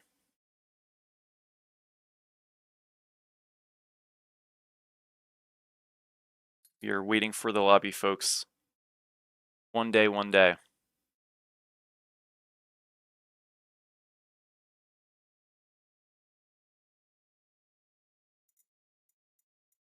Dude, where the heck is the lobby? No! They AFK? What's going on? Boys, lock in. We need this lobby so bad. Thing is, guys, like, low-key, sometimes how quick you make the lobby post the loss or win is indicative of your mental state. I think them making this lobby a little bit late is troubling. Concerned. Or are there just fucking blank names? Oh, this is Spirited Book? What's that? What's up, SB? What the fuck? No, this is not who we want to join. Why does SB have a fucking blank name? That's so funny. No way, it's just Spirited Book. That's hilarious. Oh, there it is. There it is. There it is. There it is. Oh my gosh, it's cinema. All right, boys, game 3 time. I'm so pumped. It's just no way. SB. I'd like to see the Merlin come back. I mean, the Raw looks great. I don't really care what they play. I just care if they play it well. So if that's what it's got to be, fine. I'm honestly wondering if you're blue team here, if you just take away this Bologna, because it's one on both teams. Uh, it seemed like Phenomenal was really struggling in the lane against it. And if Dimmy had a good game on it, I don't think there's any reason to let it through. So maybe an off ban on it would be smart. I just went on this Dimmy Dog guy's profile, by the way, and he's a Bologna main. Like, he's a heavy Bologna main. His most played rank god is Bologna with 94 games, and his second most played character is Mordred with 18 games. What the fuck? This guy plays one god. Wait, how did... Oh, hell no. Okay, so this man plays one character in Smite 2. He plays Bologna. Honestly, dub. OSL is like a... Yeah, exactly, Sumer. Exactly. That's so funny.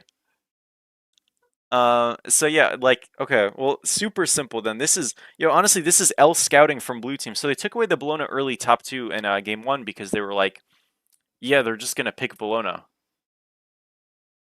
So that actually was smart. That makes sense. So now from blue team here, surely we just insta-lock Bologna, first pick. And then we just play on, no? I can't believe this. Yeah, this man actually has 94 games on Bologna Jungle and fucking 18 on Mordred. That's his second most played character. And he has 11 games on Thanatos. That's his third most played character. Oh no. Boys, they're gonna ban Bologna. This game could be a horror. Oh, what the hell. I am very concerned. Guys, we know this ban is about to come in with fucking force. You're so invested? Bro. You should be. This shit is fire.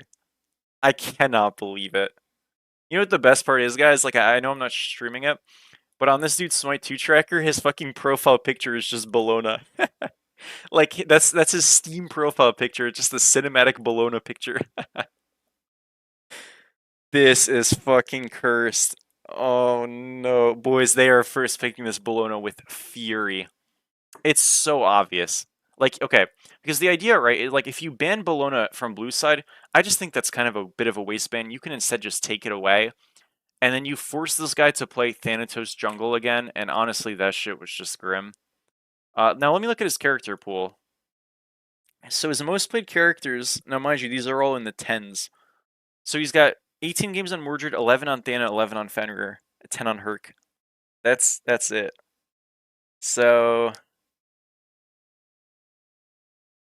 Yeah, I don't know. I mean... I don't know. They've got a bit of a pickle to figure out here. He's where I know, literally, Letty. I think you're right. Fenrir would be the pick. Oh no, well I agree. I do agree with you, my friend. It's just like, oh man,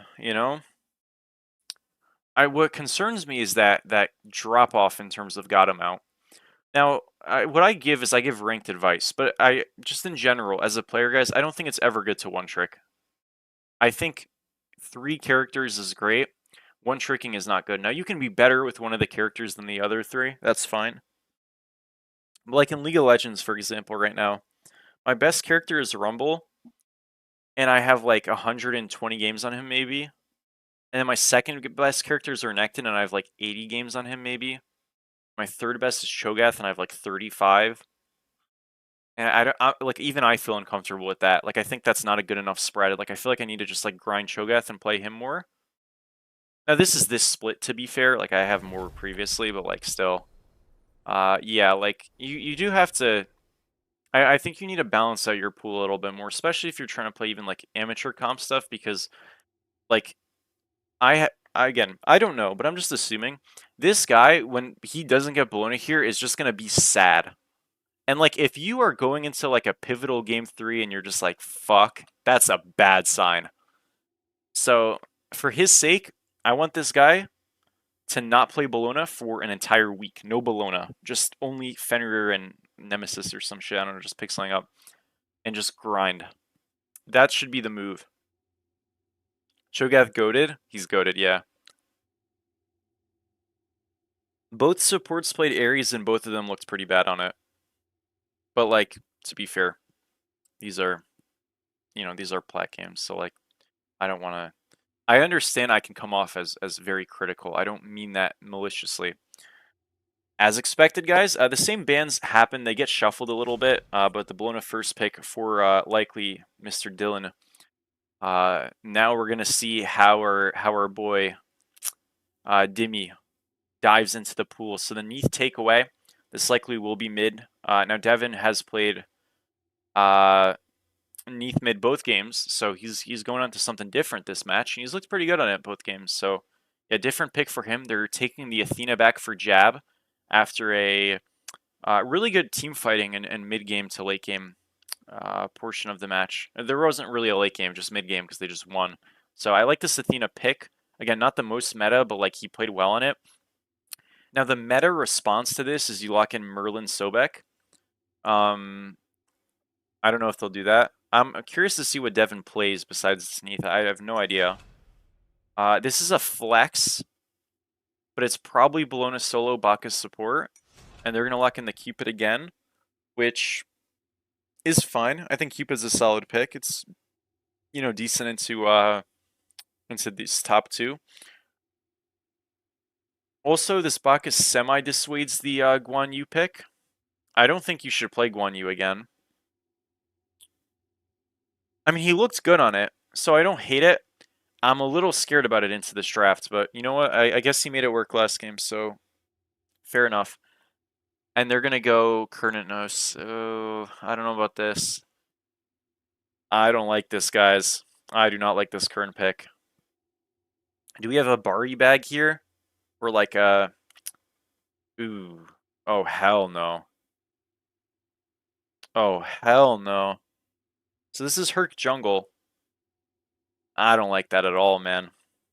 I don't like it because they're going another Quad Fizz comp, and I hate these Quad Fizz comps, dude. I really dislike them. I just think they're so troll. Again, boys, we have said the drafts don't matter. So, like, I know, but I really don't like that Herc pick. What are they picking last year? I think they might put this Neath in ADC and pick a Magical. They might do that. I don't know if this guy's got Neath bag in ADC, though. Like, most ADC players just, like, never picked up Neath. And it would be really different from what he plays. But I like if they put this Neath ADC and picked a Ra here, I honestly don't hate it. They would have really piss poor objective damage, but it's like fine, you know? Oh, they're just gonna run Artemis back. I mean, he played well in it. Like, shoots, I don't know. All right, we'll see what happens. So Devin goes for the Merlin, by the way, which is like super sensical. I think it's smart. I think if red team plays this game out, this is obviously blue team from game 2. If they play this game out and they're like, wow, we can't kill the tanks, it's just like you're gonna wonder how should we have valued this Neath pick like we did. I don't know. I mean, the Neath was good game 1, or game 1 and 2, don't get me wrong, but like I feel like if you pick this Neath, you have to be prepared to play magical damage, and they just were not. So we'll see. I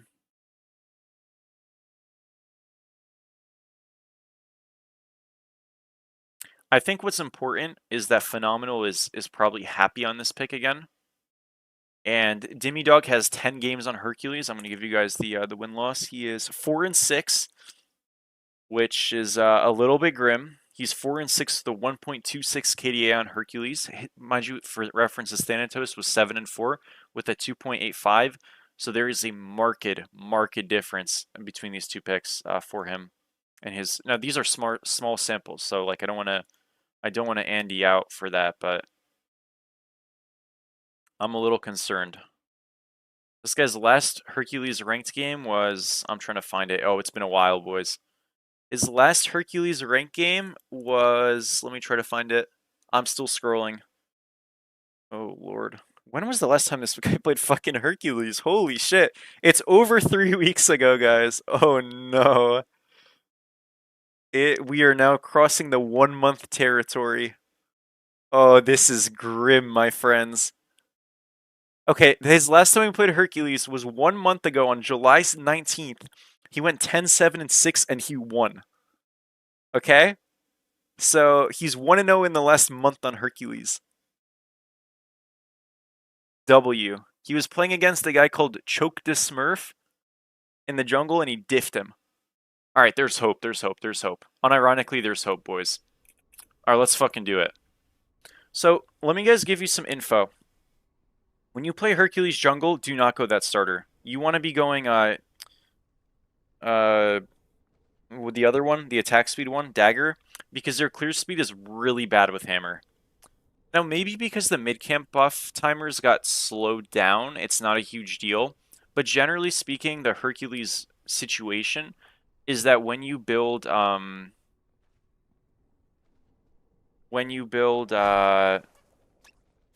what is it called? When you build Hammer, your clear speed is too slow to play the game. Why is this guy not hitting him?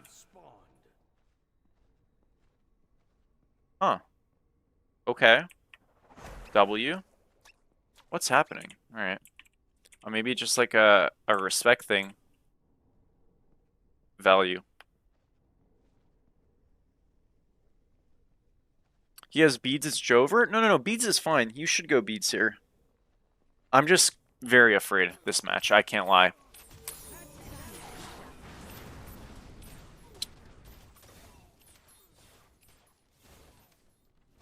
Wait, did Neith get her one? I wasn't looking. No, she didn't. Okay, cool. Good. Now this lane I'm a little scared about, because this Guan Yu pick's going to struggle with the clear. Oh, he's kind of bodying him though, level 1. Good job, Goat. This 2v2 is also very fight heavy, which is kind of cool. Now, blue team should win this 2v2. Like, the Athena in the lane is kind of a bit of a cone. Alright. Yeah, junglers are just clearing. I'd actually like to see if he goes from this camp straight to mid camps, but I mean, look how out-cleared he is. Like, look, this Apollo has already cleared everything. And now he's going to match a camp that's going to just probably be lost, no? Maybe not. Well, what is this Herc doing? Where's he going? Is he hitting the Harpy? Oh, hell no. No, don't hit the Harpy. Just go to the camp. Okay, so... Wait, why is Merlin on left? What the hell? Oh, wait, they completely griefed that. Alright, this Hercules is getting away with this early. That's criminal, by the way. I guess they just get this, though, right? So they're not that unhappy. I'm not sure if he got that. Maybe he did. I think he did. Alright, they split 1 for 1. Not too bad. Yeah, again, this Guan Yu lane is unplayable. Oh, yeah, it's bad. It's not unplayable, it's bad. Alright. Athena, what are we doing? Back up, back up, back up, back up! Okay, the heart bomb bricked. Whoa, that was terrible. Why was he up there? Okay, good job. Good live, good live, good live. Yeah, again, this Athena, like, reminder, Athena was really struggling in the duo lane game 1, and then Dimmy Dog had the, or game 2, excuse me, and Dimmy Dog had the monstrous rotation double kill play that completely saved the game. He's dead. Dear God. But I think this is a trade, 1 for 1. One more auto. Ooh, good try. It was blocked. That sucks. Yeah, I mean, he is just kind of like sprinting it. I don't know why he's building team beads this game as well. That's very troll. Good kill, though. Good kill. Oh, but look, Dimmy Dog with the rotation. Beads is going to be forced. This Cupid is completely inting. Good 2. Good 1. Nice, nice, nice. Okay, okay, okay. Huge. Dimmy Dog is off to a good start on the 10-game Hercules. That is what we like to see, boys. Now, if you're playing, fucking, you know, Athena here, you probably should rush Stampede, by the way. But, like, Team Beats is okay. I'm a bit worried because he's behind now. But the ADC's ahead. Your jungler's a little bit ahead. It's not a bad situation. Very clutch that that the Artemis gets the kill on Bacchus there to start that, by the way. Like, that was very good because he pulled forward and it kind of baited the Cupid, you know? So 2 early games where Dimidog has been imposing his will. Oh my gosh, is there just a solo kill in the mid lane? What happened? I just completely missed it, guys. This guy just got soloed in mid. I'm trying to find the right person. 2v2 and duo over here. Artemis gets his beats forced, but he's okay. Yeah, both ADCs are low. Well, huge solo kill from Aaron. It seems like Devin off the Neath. Potentially on a bit of a fraud watch here, unfortunately. And yeah, that solo kill is big time. Still going Book of Thoth on the Neath. Again, I don't like it, but really big player. Really big play, excuse me, by an even bigger player, so well done. And yeah, there's going to be a bit of a scuffle. Again, dual lane is very active. Now, reminder, we had a game that was 3 to zip in game 2. And the game had a 1500 lead at this point, excuse me. The game is only up 200 on the red team.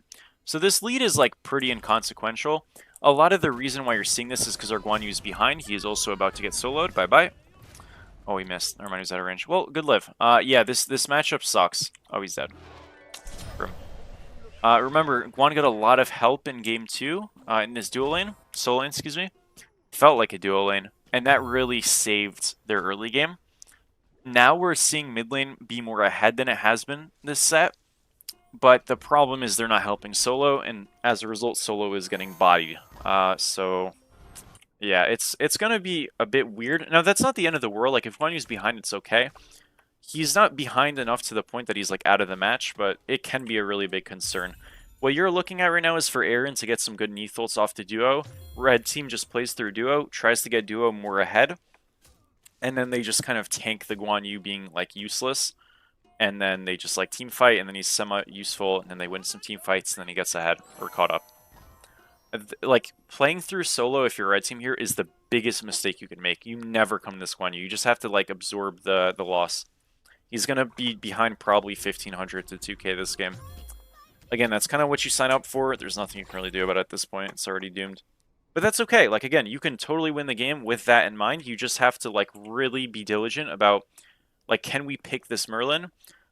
The answer is, like, probably not. So, like, it's probably better to just, like, say, can we play through duo and, like, look for a Neath ult over with the Herc rotation?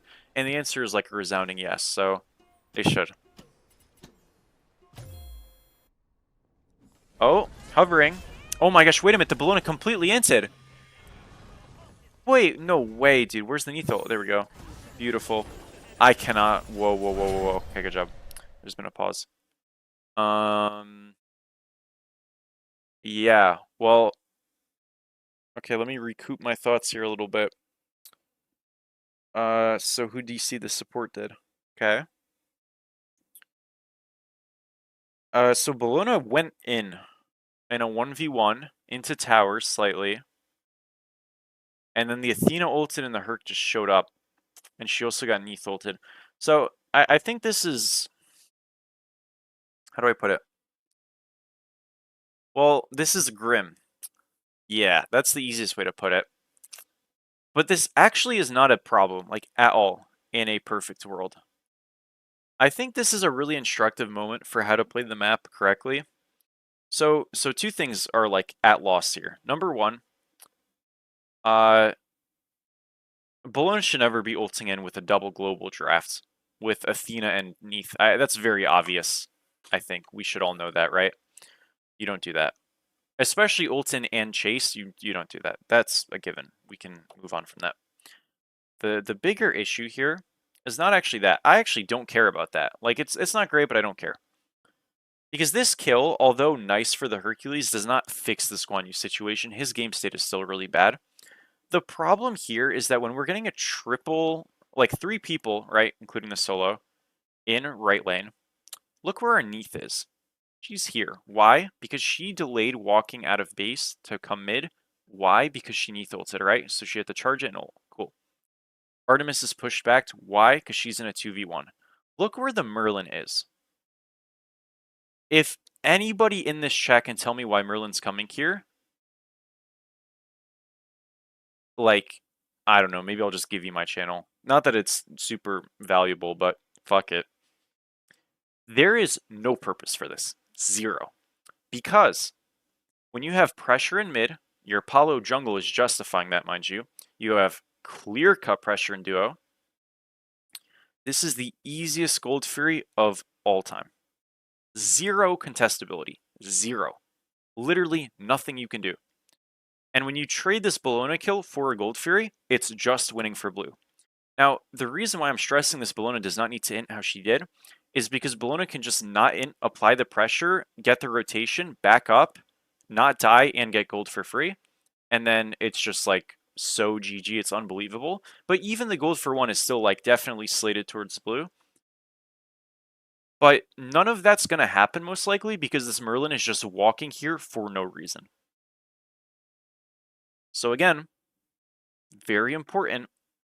If you're beaten out on a rotation, so to speak, just don't come. How many times, guys, in my YouTube videos do I talk about if you're late on a rotation or you're not sure, just don't do it? I say it all the time. And that's not just a solo lane thing. That's just a smite thing. Because a late rotation here, at best, what Merlin's going to do is catch a wave. At worst, he's going to turn around and say, oh shit, I can't do this, and leave. Now, they could probably even just do gold with these three, but I'm not sure they're going to do it. Maybe they're tack pausing here to figure out what to do. But like this is the easiest gold of all time, and we're giving it up to rotate to nothing. Yeah. They can't do a TP to gold. That won't work at all. This Guan is out of the fight. The only play here is you just do these Ellie's and you reset or whatever. There's no play to be had by red team here. The play was the pick. They can't come to gold. It's not going to work. The play was the pick, and that's a fine thing to do. But you have to do the Gold Fury if you're blue team.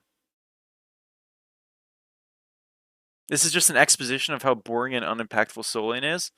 True. Yeah, this role is boring as fuck. No, I totally agree. Totem moment. But yeah.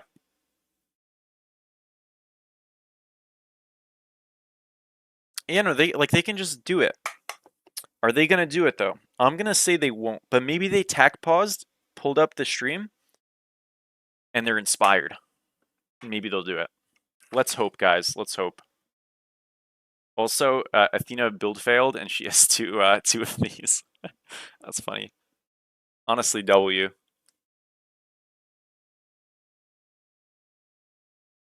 Extra cooldown, I like it. Rewarded for with a wave? I mean, yeah, but like... Yeah, that doesn't matter, though. I don't think he's going to commit to the rotation. I think he's just going to turn around. Alright, guys, let's see what they do. Yep.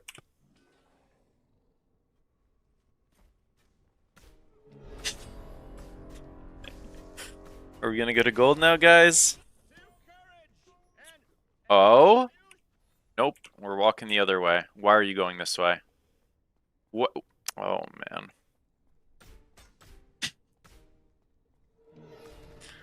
Alright, fair enough. W. Let's go, boys. Oh, man. And we had 2 minutes of strategizing to do with that pause. We just didn't use a single bit of it. Ay, ay, ay. Okay, fair enough. Good kill. Really good for the Guan Yu. Now, I will say I don't love this Guan's build. Remember I talked about why I don't love Lash on Guan? It's a very similar issue with Brawlers, especially when he's behind. You end up just building something that is yes, giving you some offensive edge, technically, but your team fight is what you're playing for. You're not playing for the lane. The lane's already lost. So building for the lane here and for some damage does nothing. You're much better off just going Mystical into Regrowth, or Regrowth into Mystical, or Breastplate into Regrowth or something like that. You want to build higher value defense items so you can team fight better and not get one shot. The problem with behind Guan Yu is you can just get one shot, and building not true defense doesn't help your case, right? So just a bit of a mistake there. Again, he's doing it because Bellona's got sustained, so he's thinking I can match him, etc. That's not your job, and it's not needed. It feels a bit bad to do, but building this Brawlers is just awful here.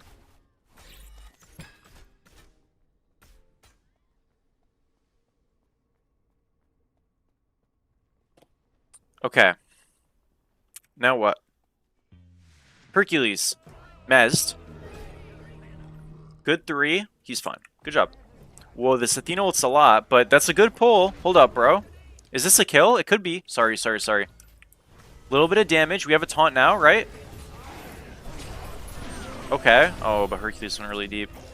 That's going to be a 2 for 1. Really good Cupid ult right there. The rotation was solid. It might be a 2 for 2. No, not quite. Damn.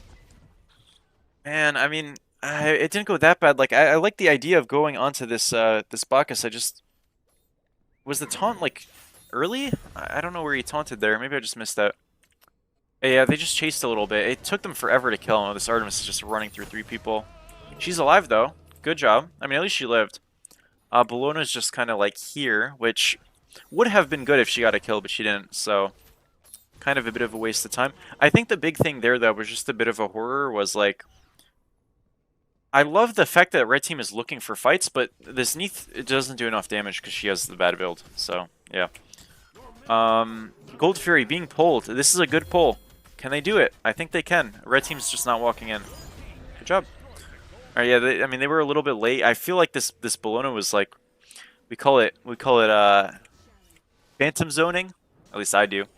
Where she's just zoning this Neith for no reason. Like, not for no reason, but she's zoning this Neith and it just shouldn't work. Bologna has no, like, 60% health, like, basically no defense. They could have just killed the Bologna or walked past her, and they just didn't. So, yeah, they get it for free. Alright, well, good job by Blue. Only a 1k lead, so it's not, like, crazy, but it's definitely helpful. Athena third ring. No. I think she just built one as an accident. Bacchus is going to die in mid. Sorry for missing that. But a good kill on the Bacchus. I mean, look, this Athena, although a little bit...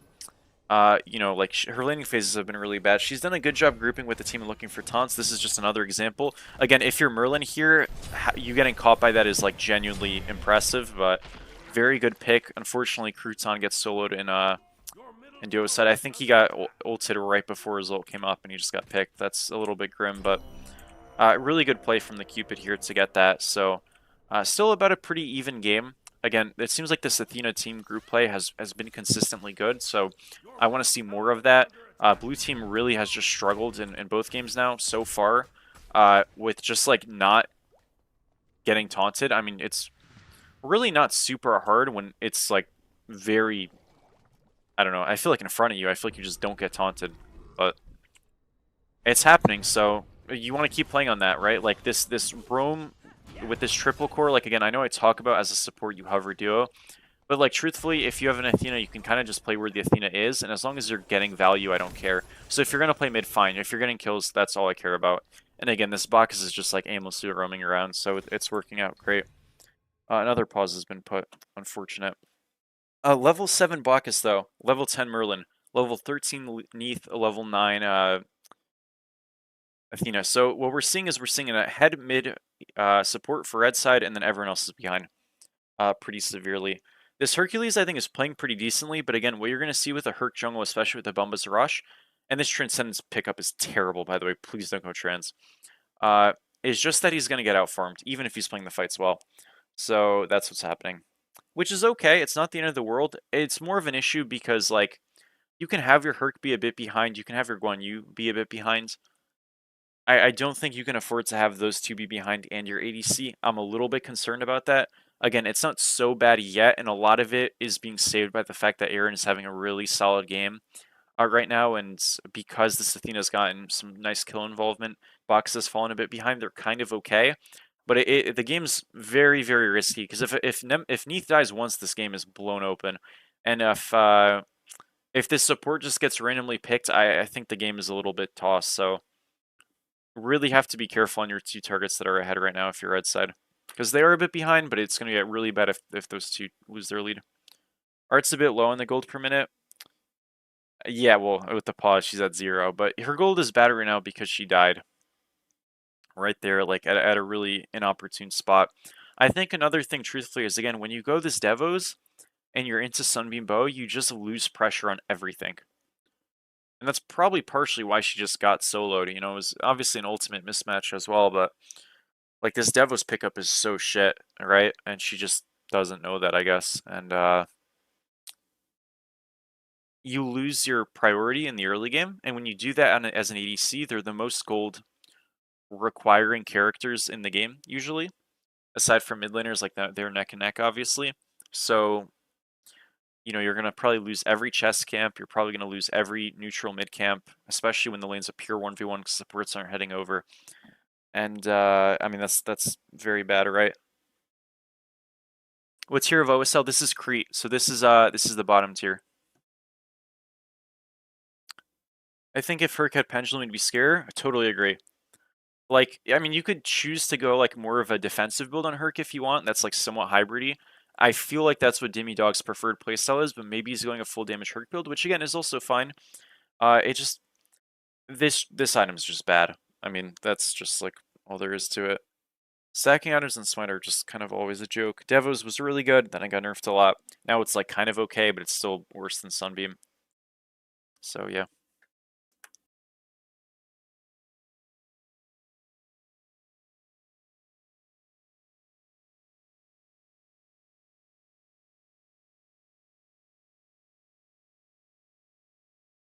Surely this pause undoes itself in just a second.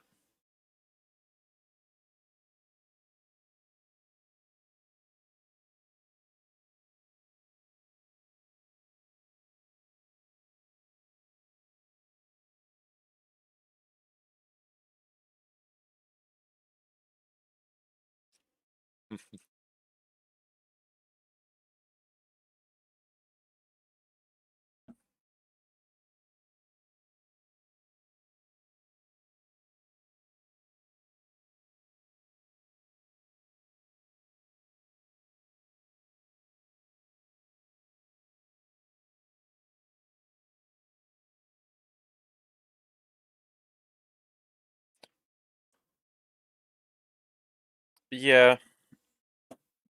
Well, and that's the thing. I mean, like, this is just 35 strength, you know?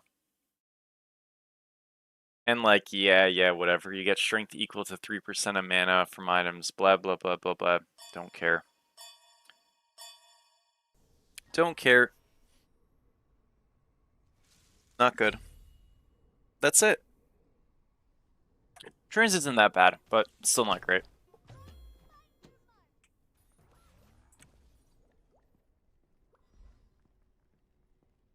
How is Dev was not strong, except for being able to trade less early? Very simple. This just does more damage. It's literally just that simple. And not being able to trade early is a big deal, because when you can't trade early, you get behind, and when you get behind, you should be losing the game, right? So, like, not being able to contest stuff is a really big issue if it's played well. A lot of these times it won't necessarily be played that well, so you won't see it as much, but it really is a big difference. Like, Sunbeam Bow just has more damage than any item in the game. Damn near, if not literally all of them. Because of these auxiliary shots and stuff.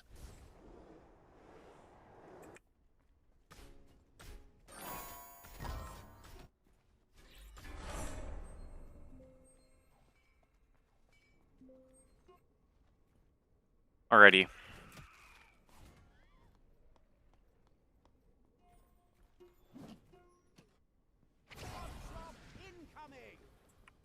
I'm sure he knows what Pendulum does.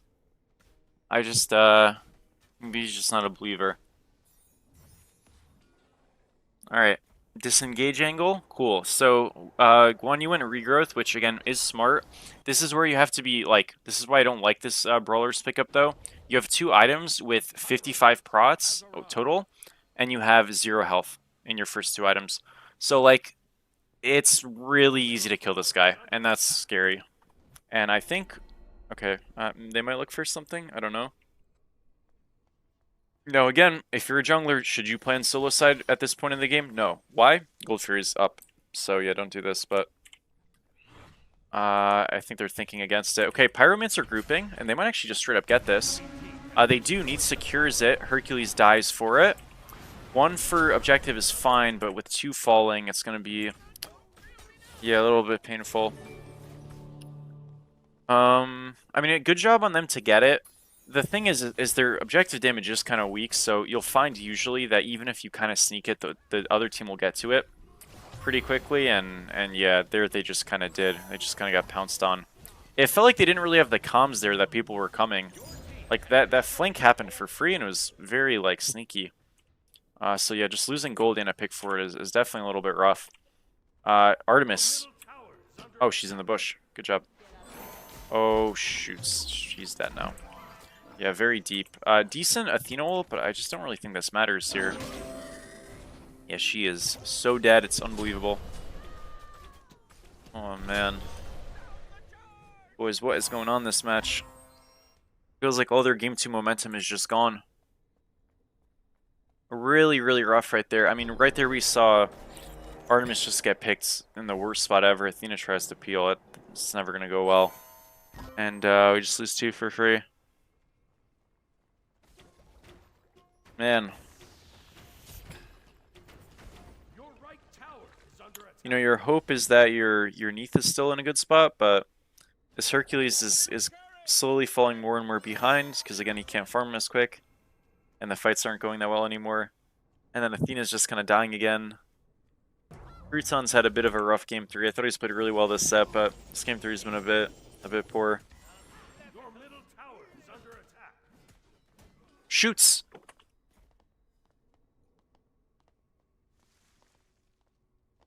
So with the YouTube stream, nothing too much. Man.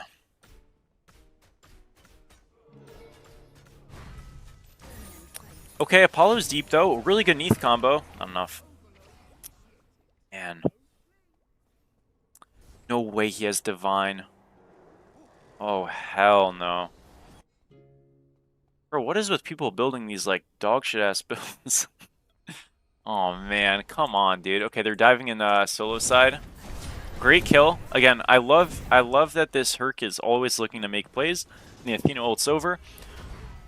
So it's a nice pick. It stops a little bit of this momentum. This Guan Yu's kind of catching up. He might be able to, like, actually rotate to the next fight and have some nice impacts.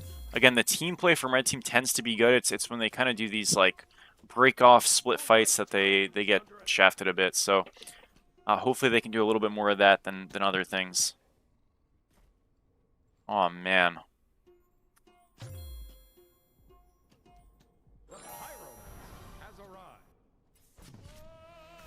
Guan Yu, bit of trouble. A lot of trouble, holy moly. You see what I meant about the tankiness issue, guys? Like, this guy is just getting absolutely shredded. It is horrid. I know he's got some gold right now, but still, like, he is not tanky at all. This build is very uncomfortable. And you have to be careful here, because I like that Athena is helping him to catch the wave. But what you have to be mindful of is, like, again, gold is coming up, and you want to be around it. You want to be early, not late. And you want to probably just pull it off cooldown if you can, if you have, like, momentum. And with 3 people here, mind you, this is like the worst grouping of all time as blue team. This is super troll. But it can be really bad if red team... Okay, they got out. Good job. I was going to say, if they got picked there, I don't know what I would have said. That would have been... Sorry. Would have been really bad. Athena is walking up. Why is she here? How did she get here? She ult? No, she just walked. She fast and the tower went down. Fine. Okay, cool. Can a red team just, like, do an objective here? Like, maybe? Maybe not. Alright, this is, like, weird. They got the tier 1 on right, which I guess is, like... I mean, it's fine. I just... They're in a weird spot right now. This map state is, like, very awkward. Are they grouping on the Bellona? No, they're grouping on red. Apollo's ulting. Where is he ulting? He's ulting on them. Oh. Wait, why is this Herc so low? He did Naga, I guess. He got poked. They ulted the, Oh, dear. What the hell? Oh, this is awful. Okay, this fight's just completely lost. I mean, it's a heads-up... Huh. It's a heads-up ultimate. Like, I like the call from the Apollo. Like, it was a really good engage from blue. But, like, how does that happen? Athena ulted the guy who wasn't getting aggressed on, so they just insta-killed Neith. But that call is just so silly. Like, Hercules lost, like, half of his health to the objective. Which just, like, is crazy to me, you know?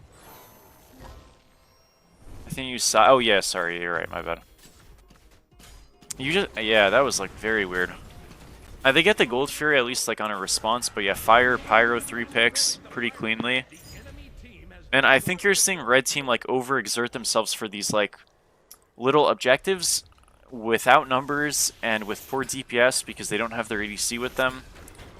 I mean, I'm just kind of in awe at how Herc lost so much health to Inaga there. Like, that was crazy. And then, I mean, they just kind of died, too. Like, yeah, Yeah, Neath not getting the help there is rough. Again, like, the way you make your objective damage better in a draft like this is you get Poly on Neath, because that's the best mage item in the game. And you, I don't know, I guess you just, like, group up on it and hit it. I'm really not sure what happened there. That was, like, so weird. Oh, he went Jotuns? Ooh, I don't like that. Shit. Boys, it's looking a bit cooked. Their defense is good. Maybe we'll, like, finally see a bit of, like, 5v5ing. I mean, I don't think they should 5v5 right now, obviously. They're on, 4.5k and blue team has fire, but what I want to see is I want to see red team, like, push mid and stuff. Whoa, back. Why are we in this bush? No way, dude. They're dead. That is so cursed. Oh, man. Ah, yeah, it's a horror. Yeah. So, like, right there, you just shove mid, right? You just shove right, you shove mid. Whatever the case might be. That's definitely not the spot you hold your stand, right? I mean, I know they were a little bit pushed up, but you can't tell me they couldn't have just turned around and walked away. They waited in the bush forever, and then they had to commit, but if you just left right away, you would have been fine. And 2 down, this is the freest Left Phoenix of all time, and honestly, like, if they get one more pick, they just end the game here. They won't, so just the Left Phoenix down, but man, this is quickly divulged to the tragedy.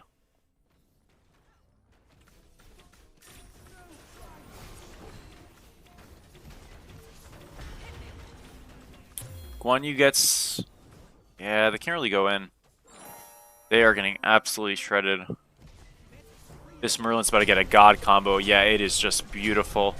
Bacchus gets like a triple kill, I think, off of the Merlin damage. He completely stole that, but well played, and that's just going to be game. Yeah, wow.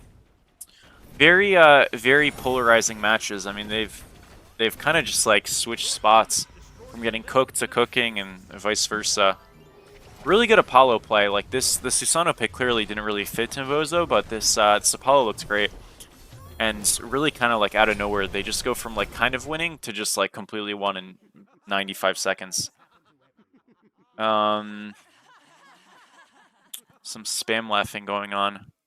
Yeah, I feel like we never really saw the value of this one. You picked this game at all because they never really got to the groups. And the Bologna pick, although overextended and died twice kind of at semi-poor times, like was able to build pressure. So that was enough. And then, yeah, everything else kind of just like fit into place.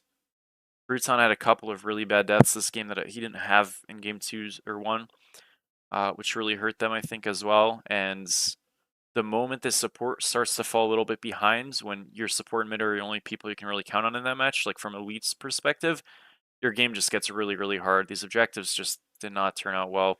I think the DPS on this draft and objectives were just so bad for the times they pulled them. Some of that's build, some of that's just like positioning. And yeah, rough. Well, that'll be the games, folks. So those guys take 2-1. I have no idea who what's up, Wiggins? How are you, man? I have no idea the actual team names, so apologies for that, but I'm gonna change our title and go to ranked. We'll probably do like one game or two, but yeah. Alright guys, well, kinda nuts.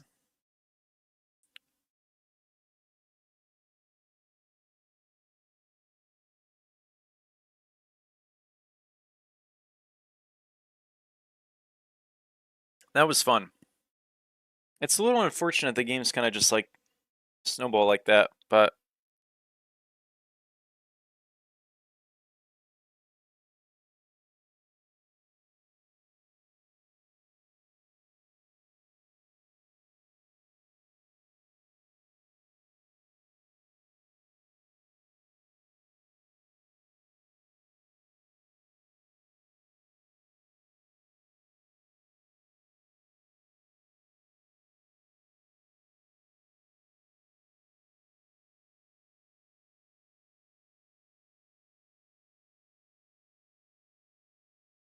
what's this?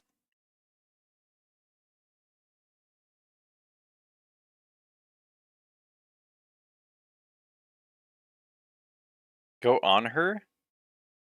You want me to play on her solo? How much elo do I have? I've been losing some recently.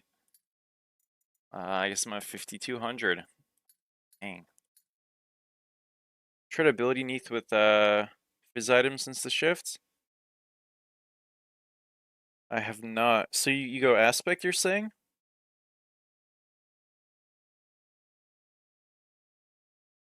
I mean, I think it's fine. I still think playing like an int one-shot build is just the best way to play her. But like, if you go like a aspect strength build, it's fine. It's just like different. Me personally, I don't value it as much, but it's not like bad.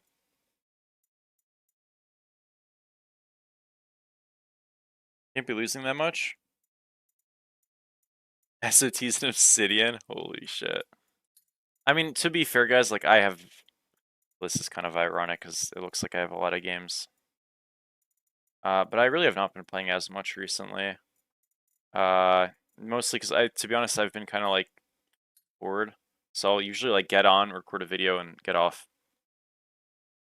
People still play it, or is it dead? People still play. I mean, what do you consider dead? I guess that's a better question.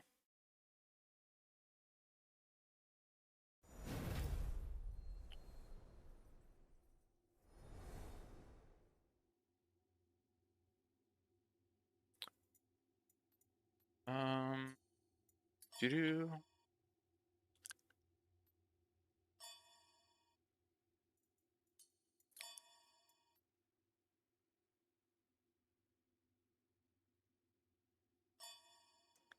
Seemed like he was in the dumps. I mean, yeah, he probably was. Oh man, poor guy. That's funny. Select your Dude, if I play on her solo, we're just gonna lose. That shit sucks. I could play Afro. Afro sounds awesome. Like, on her is fun, dude, but he's not really... I wish on her was good in solo. I can't really make him work. His lanes are... Like, if you play on her solo and they pick Chalk, you just lose. There's nothing you can do.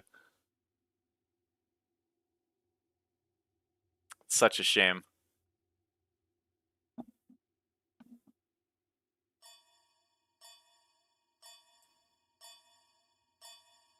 Console players are always, like, solid. It's always better than PC. No, Smite2's honestly in a good spot right now.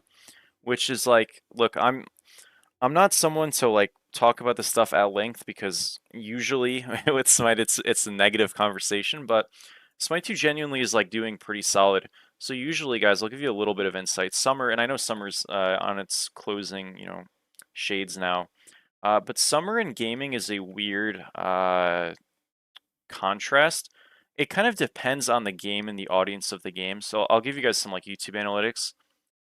Generally speaking, with semi-older audiences, basically like when your demographics are like from 21 to like 45, which is the majority of my viewer base.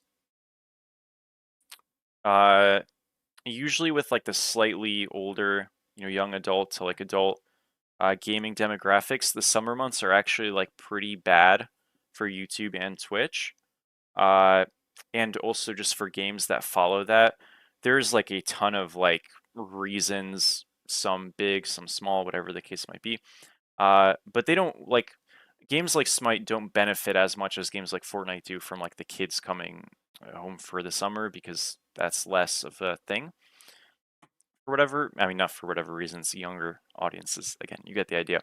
Anyways, the point is that generally speaking, it's actually more of a quiet time this summer for YouTube, Twitch, those things. And anecdotally, my personal experience, right? I've actually seen my channel trend positive and trend better in the summer. And that's because there's more interest. I'm not saying like an explosive amount that's like through the fucking moon and stuff. I'm not saying that. But it's quiet, but it's steady and it is going the right way. That doesn't mean the game's gonna blow up, but it's in a fine spot, genuinely. So that's like awesome. I'm very happy about that. I've actually seen that Predecessor is kind of waning. I haven't uploaded a video on it in a while, but I was like thinking about it. and I saw that. That doesn't mean I won't upload any predecessor, but I was like kind of surprised by that, I guess. You know, so yeah. We have weekend on our team, guys. If I play Afro and he's gonna think I'm fucking trolling. Oh no. What do I ban? Let's ban Bari. That guy is broken. Select your What do I god. play? Do I play Afro? What if I feed? I'd be cursed. Guys, I actually want to play Mordred, okay? Unironically.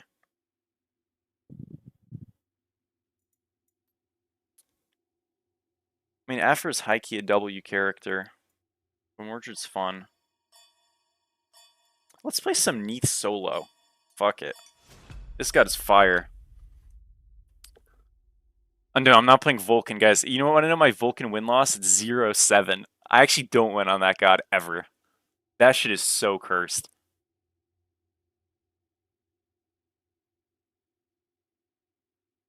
Is the jungle Smites feels bloated? You think so?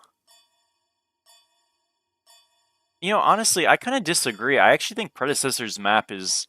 I mean, maybe the jungle is bloated on this game, I guess. But I don't think it'd feel that... I don't know. I honestly don't think so, but I think maybe it's because the jungle is so easy to clear in Smite, too. There might be too many camps, but it's hard to say because there's just too much. But I guess... I think the biggest, like... I don't want to say complaint, but, like, Predecessor to me is not a MOBA. I mean, it is a MOBA. That's... Let me not make myself sound like a fucking idiot here.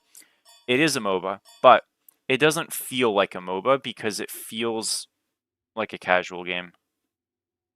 Like, it feels like a casual MOBA, and I just don't think that's a recipe for success, personally. That doesn't mean I don't, like, find the game fun at all, but I would never play Predecessor, like, extensively. Seen the new Amazon MOBA? No idea what that is, yeah. What's up, Sum?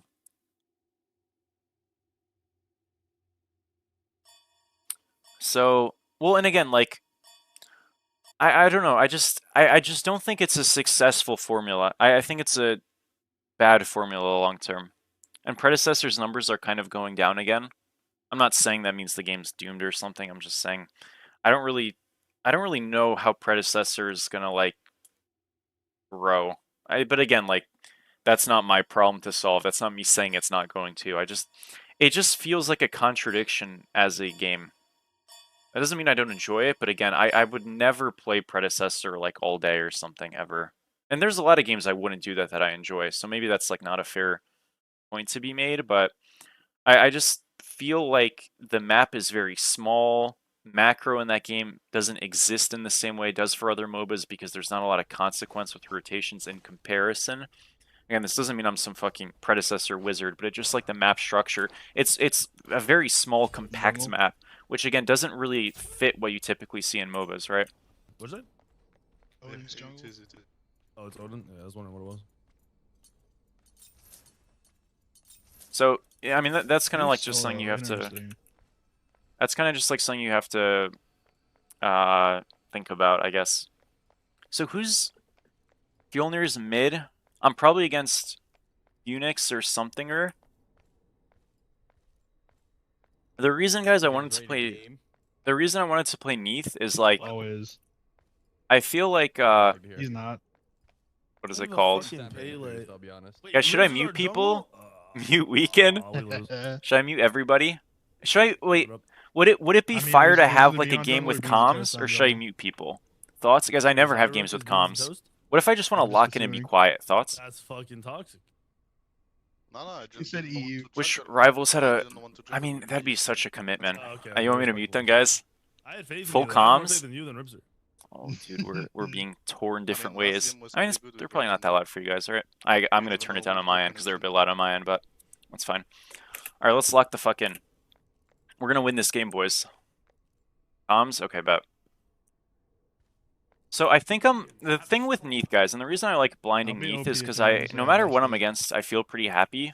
And there's like an influx of backline solo gamers, obviously, so Yeah, like I mean, After is generally fine into backline solos, but like Neath's better. So, yeah, dub. Ah, but you didn't get the cup. Easy.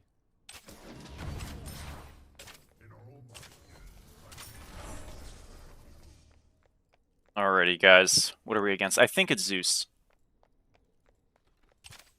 Yep. Wait a second. Yo, that Zeus one hit me and the entire wave? Seriously? Damn. Wow. I actually can't believe that. Alright, fair enough. Or maybe he was no, I don't think it hit me in the whole wave. I think he autoed the front and then he 2'd the back, or the 1 the back, right? That's surely what happened. Yeah, there's no way. I just wasn't paying attention. Yeah. Okay, I'm tripping. Okay. I was like, surely not. I think you're good. You go get his No back way, I now. bricked. Oh my Yeah. gosh, guys, I'm nervous. Especially I this hit it one. all? Okay, shit. He's the best god of all time. What the heck? They're coming to you.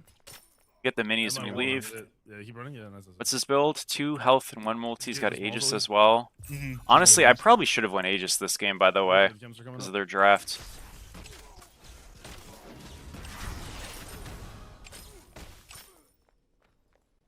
Odin might come left. Just do What do you totem. think of Oracles? And guys, we farm first, do other stuff later. Let's walk at him. He's gonna walk up for You totem. Oh my god. You were right there. I wanted to come to Firewall. They Boys, were- I'm actually choking. I told you Oracles. You're going to Oracles right now. He's on. I think What this What is the on heck? there. He has Aegis, He's on remember the that. We just zoned him off a full wave, though. That It's one? great. I think. Maybe not. He's running underneath. I'm not trying to cut him off. Oh my gosh, we are so off the mark. It's crazy. Yeah, He it's missed great. like 4 minions, though. It's still good. No, he didn't miss 4. He missed like 3. It's still fine. That's just a Aegis. choke. Ay, boys. We are like really bricking. It's alright. I'm just stressed. Cook. What's up, Nation? How are you, Nice man? kill. Bro, what is this Split arc? the turrets, split the turrets, split the turrets. No way. Yeah, Okay, but this you is were actually first, so you said. cursed. I Bro! think When I lived. Is my sense wrong? No, it's not. Okay. Ay. It's just brick central. This is Aegis. There we go. Finally, something. I should have forced that 3 hours ago, though. We are ahead, Top right. remember, because again, we did make him lose some of the waves, so we're still in a good spot. Like it's not bad. I really choked. Now, Zeus is a fast character, so I got to be careful about that. But the combo down is big time. Can kind of just play for a one shot here, maybe. We're gonna go for the root first. Go. Nice solo. Told you. I do have ult now, so I can kind of just like roam and look for stuff. I'm gonna probably just do my blue though. Not roam, but I can roam the You fire ults. creeps. We get the next wave. Sorry, roam the ults. That's not what you know what I'm supposed to. I mean to say. That kills if it doesn't get blocked. I wanted to insta send it 'cause I don't know if you could get it back off for slang. Nice. Really pretty low in mid. Very low in mid. We actually ended up hitting it, guys, and it didn't kill, but then they killed him, so that works. You kind of have health. 'Cause but I he can't do sustained. something. It's fine. Nice. He's very low. Dinosaur. Odin's on base. A reset here. We get Invade, yeah, invade red. come over actually. Zeus is on his blue. Coming. Yeah, he just. I think he's under it. Look like. One shot the Zeus camp. is high. That's fine. I'm gonna just leave. I'm not actually nervous. I'm just missing. He's- no, it's Don't okay. worry. Oh, I shit. appreciate it though. Thank you. You ulted it. I only get nervous. I don't really get nervous in Smite 2 ever. I would get nervous for lands, but that was really it. Go with Poly. I think going Poly as a rush is better than Chronos Pendant if you have kill pressure, and if you don't, you go Chronos Pendant. Because we're just gonna try to one-shot him. He's going Tritons, which is pretty normal. Looking like Stewie? Bro. Don't insult me like that, Kai. Yeah, dude. I would never Yeah, look get like Frank Stewart. Wilson. But no, there's- Shit, maybe I would. Yeah, I was greeting for my item. I should Bro, go They're he for just it. on he right moves mid. weird. They're on right mid. That's the copium. He moves weird. I'd die for this. He's got predictive pathing on. He's cheating. Or unpredictive pathing on. I don't know. He's not doing them yet. I do have ult Yeah, soon, Odin so might like go on speed. I It'll can be kind taking of a look to while. send it. The thing is we have to be Oh, they're careful for waiting. Odin, but he's mid. Okay, we're good. Yeah, so you don't want to just like end Storm's and then this coming Odin too, goes we on can you. We're coming. Nice, he's really low. Big.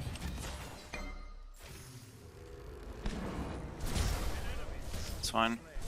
shit, boys. Good shit, boys. Wasn't planning on Nice ulting him, ult. but he just walked up to ult me, so scary. it's fine. I didn't want to like fucking use my whole health bar there. I could have just like left, That but Aegis I was got the used. kills It in bought mid, so so much it's time. fine. I love We, it. by the way, we're very happy It's so trading our good. ults in this lane. Like I that's missed the one that does completely damage, good. So Okay. It was fun. Like it was broken, sure, but it was a fun item. I missed the one. I where eat you phones cover wouldn't be nervous. Of course he wouldn't. the He's the balance. goat. The actual stasis, yeah. Mhm. So we make the Zeus miss the wave, which is like Dude, dope. what if that was the meta with supports? Fucking the scepter just to like Aegis your own team. All right, misses a wave. We'll get our backs Both here, and supports then are so balanced. what Sorry, top now? right.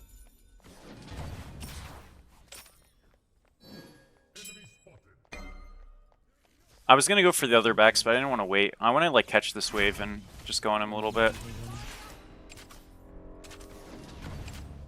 My bad. I thought he was gonna path I right had and a bad left. for my mod. It's fine. He misses this minion, which is huge. Oh, never mind. Yeah, he didn't get the last hit. Honestly, that's still good. I can semi-hold this wave if I want. And we're actually going to. I want this guy to walk into the danger zone, so we just freeze.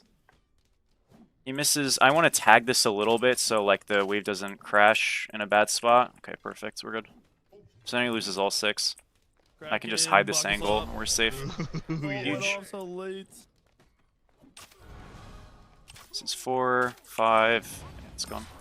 Nice. Gonna miss a wave, boys. W. So the reason why you like hold in angles like that is number 1, it's extremely safe, but 2, we want him to walk up because we just kill him if he does. So we can't walk up. Now we do our blue. And if we lost our blue, let's say the jungler came here, blah, blah, blah, whatever, I don't really care because it's not worth a lot. You know? Did they do Ellie's? Whoa, what the fuck? Oh my gosh, they're on my ass. Is their stampede down? Or bottom right. They did blue. It's their stampede. They're gonna go to red. Jeez, I'm like fucking stuttering. They back, never mind. You're good. It's up. What the fuck, dude? Bro, what was that flank? It's boots and cats, that's why. This little He's rat. down mid if you can go to this one. Can ult him here. That's my boy right there. No, he's so Shit, quick. His what? 2 gives him so much movement speed. Alright, bad. God. It was close. Or OP. Yeah, Trajan's Conj Zeus is like super strong, so you're gonna see it built every time people play this god. Already was good, and then they buffed it. I don't think Trajan's Conj needed a buff at all, by mind you, but it happens. Alright, well, again, like kill potential in this game, in this lane, excuse me, is high, but I just kind of like have been missing, so it's like okay. I mean, as long as we're just like Look, we do go. securing our camps and stuff, Yeah. Well, then, no big deal. We'll still get ahead, and we're doing a good job. We're up Especially on 800. blue. I should be up at least 1k, but naturally I bricked, so. got I a think goal it does of go to say, though, 70, like, 60. you are capable of, like, mechanically misplaying pretty hard as I Not have, where you were, and we just did. because your macro There and you stuff go. is good, we find a good opportunity to freeze in a good spot. Our game state is still, like, fantastic, you know what I mean? I think it's free regardless. He's going into, This is the casual gem. solo gold and, oh yeah, I can't help with that one. Bak is owning ults. I'm going into, Your turrets are way too tanky. Furnace Pennant now. Mhm. Or I could go Deso for I the think burst. That's the bigger issue. not how much damage they do, but how much they take. But it was ult. I run to our red. Actually, he's on a mid red. You might be able to go high here and kill him. I can send an ult for this. I'm just gonna wait. Oh, where'd he go? Oh, he's high. It's fine. wouldn't I take tried the for kill it. when they're coming Just out in of the base. back. Hey, mind your beast. I'm going. Hawk is here. I'm still here. I got you. Play my turrets if you get hit, get stuck. Zeus might walk. It's fine. He doesn't have ult. There's four there. There's four there. They're gonna play Ellie's. Yeah, It's we're okay if they playing do. This is low as fuck. Alright, no worries. We're going Deso because we want the damage spike. Chronos Penance obviously better cooldown. We're going both. We're just going Deso first because I have one-shot potential now. Hawk is here. Could be really good this fight. He's so fucked. Maybe I get a kill on the back end of this. Ult. Oh, that's done. tragic, dude. It's one. Still win this. He's fucked. Yeah, that guy completely empty. What the hell? Doesn't have blue.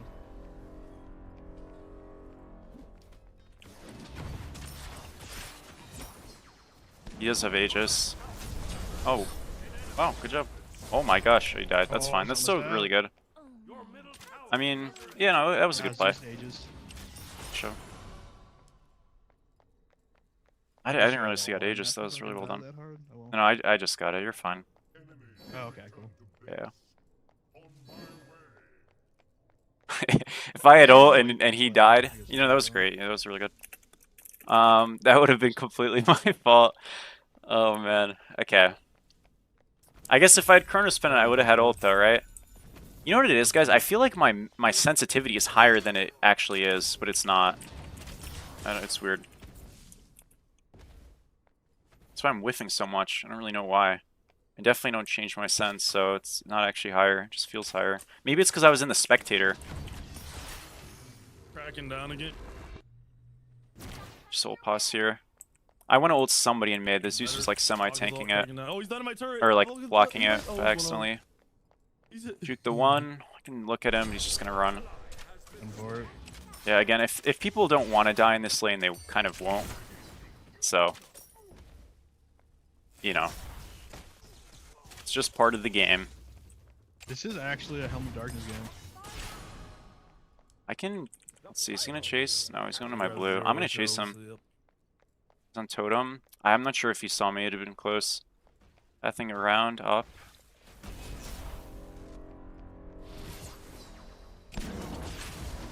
So close, man. He is so fucking quick because of this gem. They're just on my nuts. Yeah, they're just zooming. It's so hard to hit him now. Ah, yeah. He doesn't have that. He's always dead there. That's tragic. It's actually just Gemma focus spam on every god, by the way, now. This shit is kind of grim.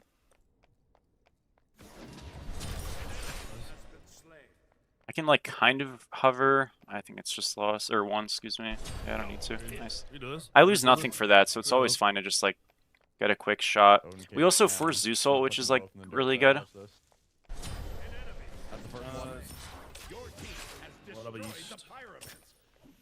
Push your boys. Let's do gold. I'm on fire. Now we Cruise clear over out there. bottom rights and reset. So guys, again, I mean, we're ahead like big time. We're almost 9k gold. It all worked out. Even though he's a bit slippery. No, he's still here. He's still here. He's Find going out. back to his... We go Chronos Pendant here. I can get Chalice and Wards. Or a Should Ward. bat high, I think.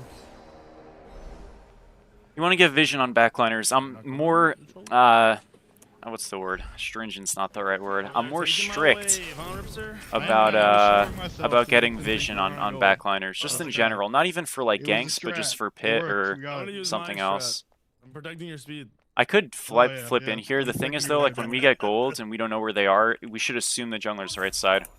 I think it's safe, but I'm double. So I'm gonna hold here, not because I want to like freeze minions. I mean, it's gonna happen probably, but I want to play for a pick, and I'm gonna spend this time to ward this angle.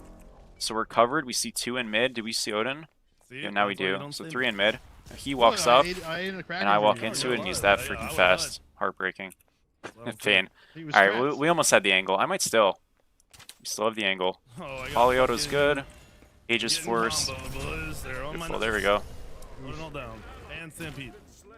And ult the Pos, he doesn't die to that, but it's kind of helpful maybe. Maybe not. Huge. That pocket's as fast as fuck. What's up, Mini? Stampede, Delvin, how are you, goat? Delvin, I watched the Creed set. It was I mean, it was interesting, man. Like there was a lot of bad, some good. Definitely what I Nothing on the expected, map, at least. to be honest. Though actually that's not entirely true. It was a little bit less fighting than I thought. Come on, mid. Oh, this guy is free. Free kill me. Free. Oh, he went left. Oh my bad. I completely fucking entered it. Bro, everybody just says Gemma focus and they're actually just impossible to hit. That's on me. Completely phoned that. These people just zoom, boys. Damn it.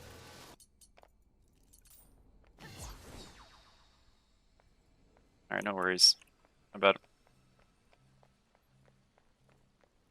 Gotta be doing an Elo hell? Nah, not quite.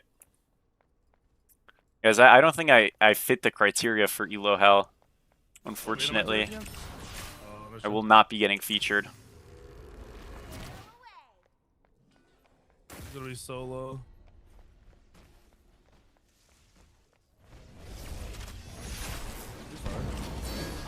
Like, I know I'm bricking, but like, holy shit, he's so fast. They're gonna come to this. That's Zeus's ult.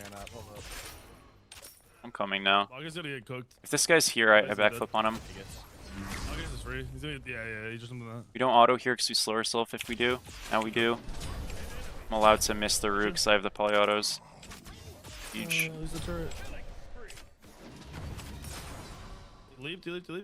Coming. He might be in Elo Hell. He probably is. I mean, the thing is, dude, Sot, like, because he queues so much, dude, he's definitely just, like, kind of runs it half the games. To be fair, I, like, when I'm later in my stream, like, past 3.5-ish hours, I do start sprinting it down. So when he's doing 12 hours, there's no way he doesn't just start, like, he's just not locked in after, like, hour 2, probably. Especially if you're doing it consistently like he is. I trolled that by a That little shit is bit. impossible to, like, lock in for. I'm not saying he's, like, throwing, but, like, it's literally undoable. There's always a time whenever you're playing a game, like, even if you're trying to get better, not that, like, he's just playing to play, but if you are, like, genuinely trying to get better, you definitely should know when your limit is, because sometimes it's just, like, non-productive to play.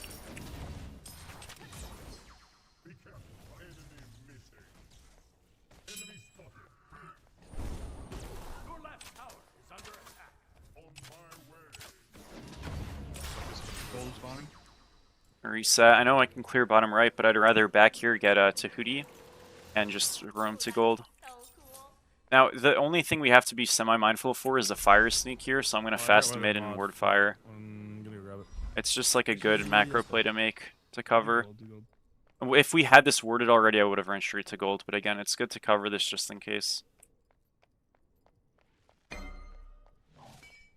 The only problem is when they don't end up going for it, I'm just late, which is a little bit tragic, but that kind of happens. You got it, good job.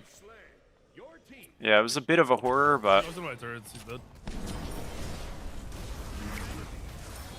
Ooh, big stun. Zeus is gonna die. Oh, like an Aegis. It's a fucking brawl. You want easiest of your life? Yep, easy. got him. Worked out. Double beads.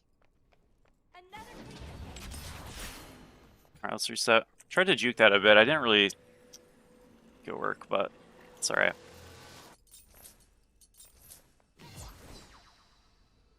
Doo-doo.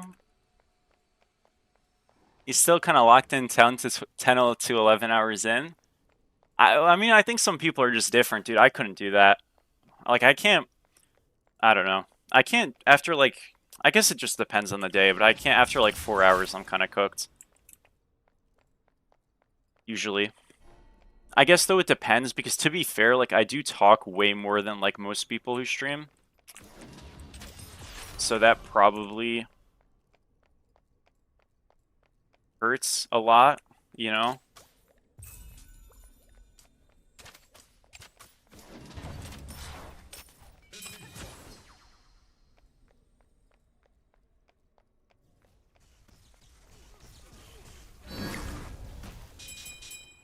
Hey, we made that.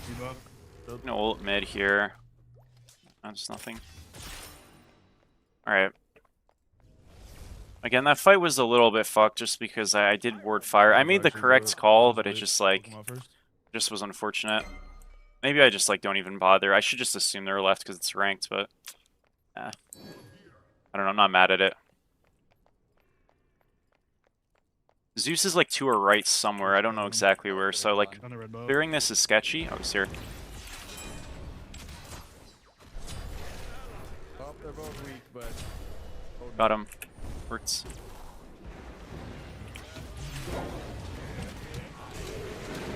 Oh, this is a fucking disaster. I'm fine. Okay, worked out. Not a disaster. Almost was a disaster. My frames are exploding, but we're okay. We back. Uh-oh. My frames are so bad. I gotta just leave. Let me recover. We're out. Okay.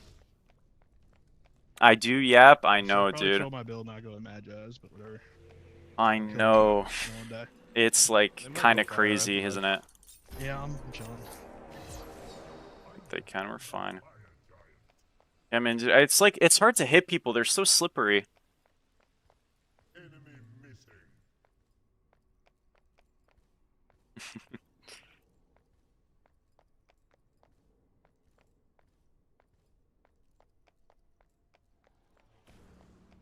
You guys see why I talk about you go poly on this god, though? Usually- Just a good item, so building it is pretty awesome.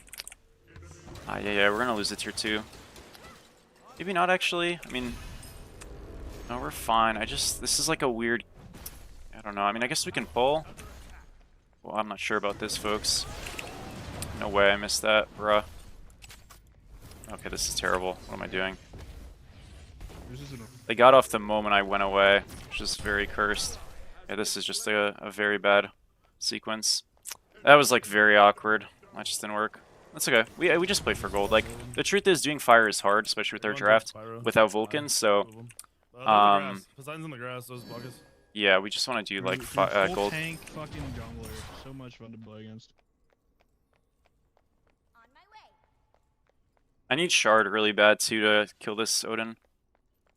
Yeah, looking for a Well, not fight. like, I'm more so the Bacchus. See, I do good damage to him. I just can't really hit him, man. Everyone's so hard to hit. I feel like I'm missing everything this game.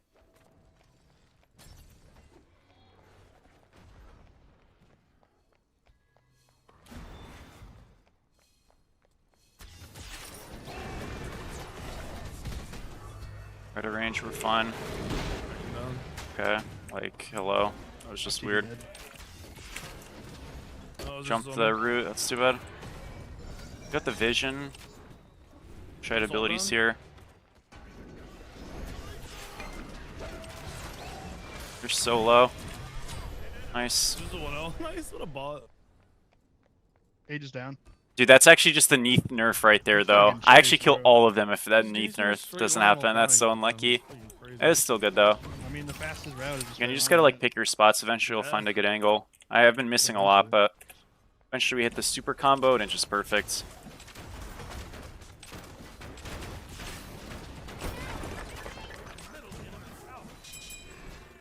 I think I just reset here first.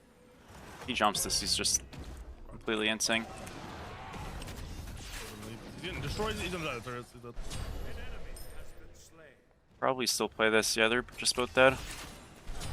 Nice. Almost killed the other. I think we just go mid. Yeah, No? bomb if we're gonna push. He's 4 dead, 2 spawning though. Oh, I fucked up. No way. Okay, it's fine. Joe. Okay, we are not getting this. Unlucky. How was the shit dragon? Yo, you're rooting him in the turrets is fucking hilarious. Woo. Okay, we're good. Hell yeah. We gotta reset. Need a pyro. That was close. That was a little bit close. Okay, that fucking that pause scared me a little bit. I think we go. I don't know. Your team has destroyed Maybe the Shard. No, we have Shard. Excuse me. Soul Reaver's like generally what I'll go here. I think I'm just gonna do that. Your right tower Yeah. is under attack. All right. Well, we want to go Conduit too.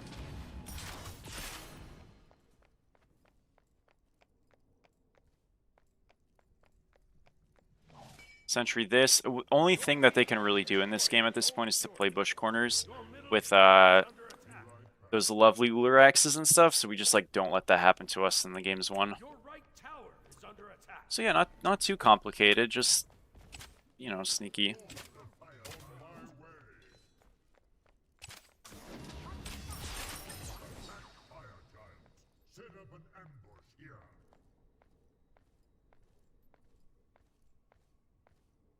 Damn, it was 300 shorter titans.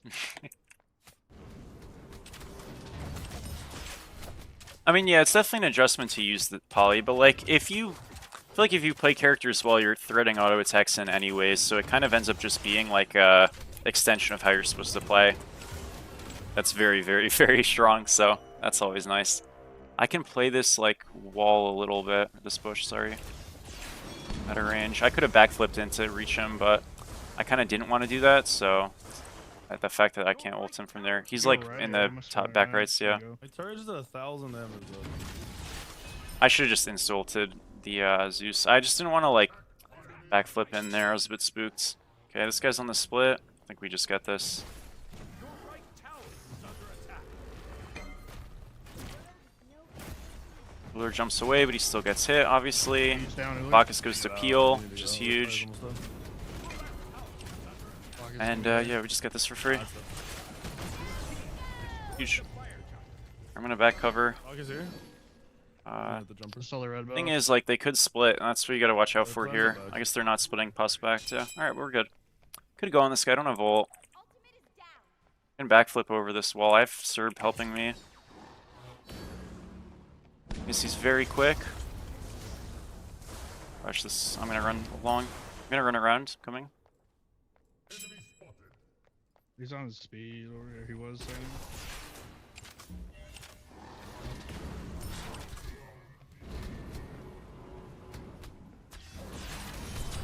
Yeah, I missed really hard there. Zeus Aegis down. I ult him for the stun there. Nice. We just like win. Shut up. They just got Bro, he is so quick, isn't he? Like, holy Why'd they crap. take that fight? Yeah, just eating me. Well done, guys. Who took the pana? We've done it. Killed him on right, dude. I'm sorry. Destroyed a middle enemy. It's never here. These boys. Well done. Huge. It is fun playing backline v backline because you kind of just get to like outskill people usually, which is hype. Nice. Victory. Turrets do damage. He's just a turret fan. Nice. This is a okay. That's pretty funny.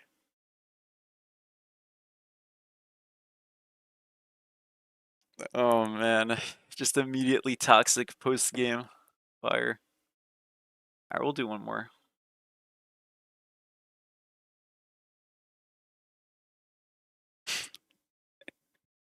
Oh man. The heck, dude. Your beloved video game? It's pretty loved, huh? I get it, dude. Me too.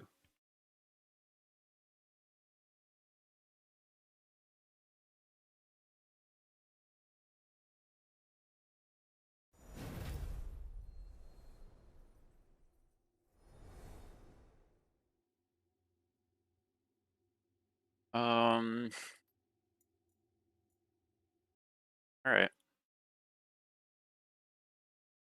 Huh? All right, guys. Well, let's do Aladdin, and then let's do. Oh no. Oh dear, my hero. Uh-oh. Usually that's a bad sign. Guys, I know like I play this character a lot now, low-key, but I kind of just want to play Danzaburou instead of Aphrodite or something else. Like, Danza is so fun. Of course, dude. How are you, man? What do we ban? Shit. Wee. I think we just play Danza, bro. What's up, Alex? What's up, Paul? Then I could play Afro. I think we do Afro or Danza. I did get this cool Agni skin that I actually kind of want to try, guys. What if I just play Agni solo? I won't go aspect, I'll go ability based. I haven't played Agni in so long. We're playing Agni, dude. I love this character. Like, I don't remember the last time I played non-aspect Agni. And I only did aspect Agni for YouTube videos for like a scrim I subbed in for. Guys, we use Infinite Duality. We use the, I think it was Dark Matter. This shit looks crazy.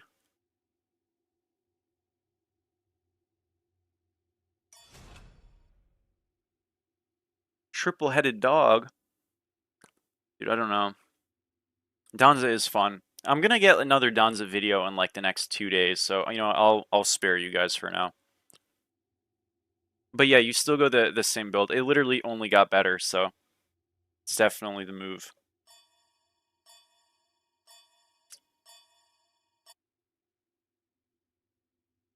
They made the skin fire. It's so cool, right? I think this is the right prism. It's a little unlucky you can't see the presets because I got 2 of them. I have enough coins to get all of them, but I don't actually know which one.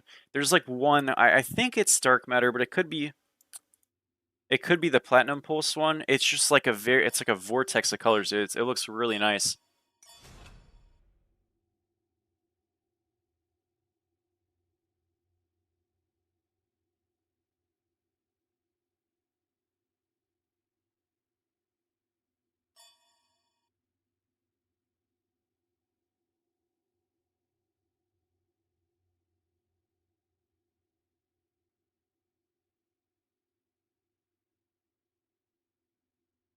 Okay.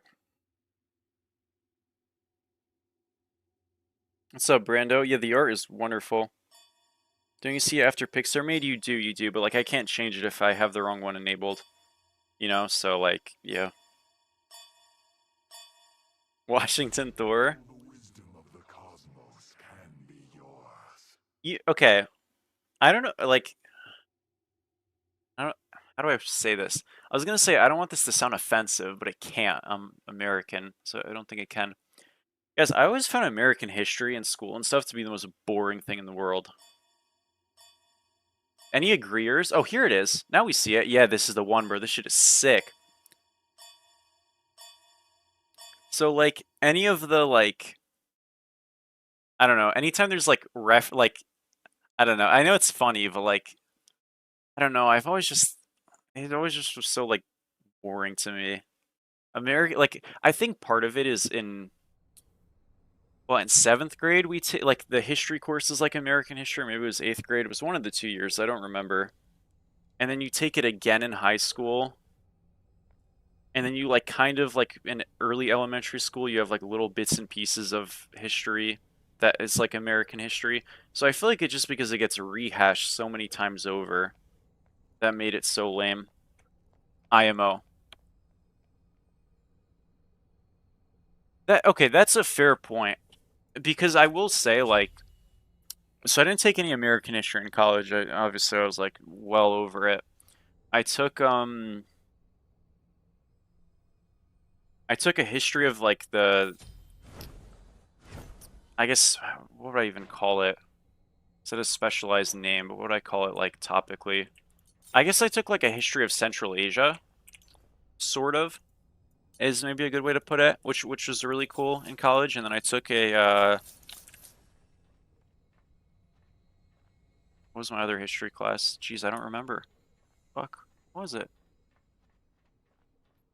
Oh, I took a religious history course, which was very fun. But yeah, I just, like, every time gotta play. What does that mean? What? I don't even know what that means. Okay.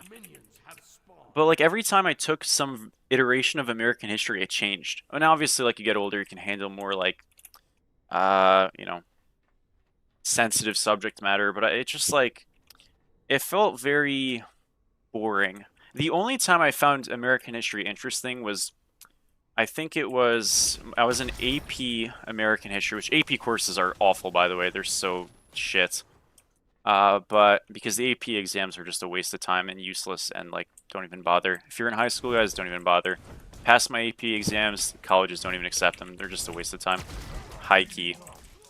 But anyways, by the way, we bodied this guy wave 1. Holy moly, I do damage. But I remember we talked about, I think it was called the Gilded Age, and it was like late 1800s, and it was all about, like, corruption from, like, the presidents and, like, the politicians and shit in the cities. And it was really interesting, actually. That part was cool. Besides that, though, boring as hell. I think it might have been early 1900s. It was either early 1900s or late 1800s. Besides that, though, hella boring. What's up, Gate? What's up, Rosalind? How are you? Nice to see you.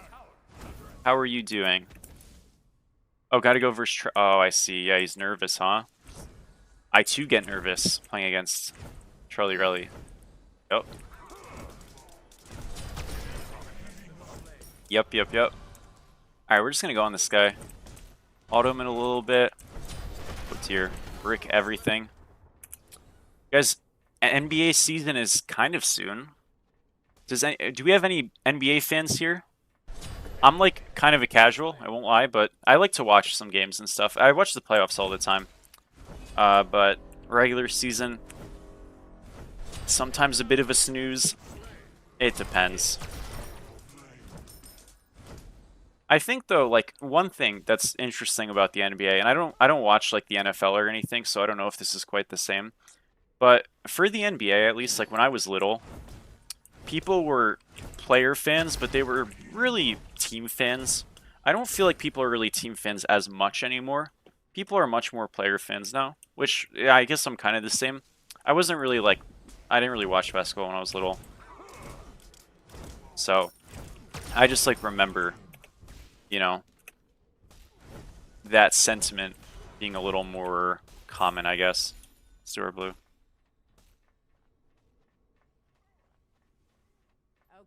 Wait, I just realized something. Did I do smalls only at level 1 on my blue?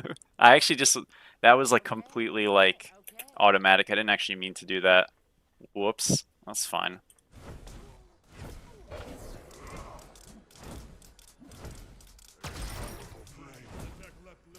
Forget I can like actually kill this shit. I'm level 4, bro. If I was 5, this is such a good kill. I'm just not sure I actually can. Just beats to dash here. You hit this? Oh my gosh, you're the fucking goat. I did not need a beats, my bad. Well done though. I would have had to dash into tower there potentially, which would have been a little grim. It would have worked, but... Bro, this skin is so good. When is the SPL season? SPL season, we don't know. I mean, there probably will be. They've talked about it on Titan Talk about planning to do some pro stuff eventually, but not now. At least it's good they acknowledged it. So, that's nice. Let's go Chronos Pennant Rush. Not really into the NBA, but the NFL season's starting. Yeah, no, I understand. I mean, I think with sports, like... It's just kind of hard to...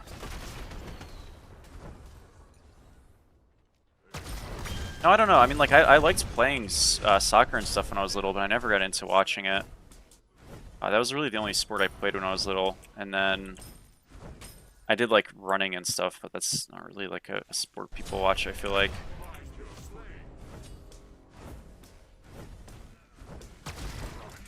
So, yeah. No,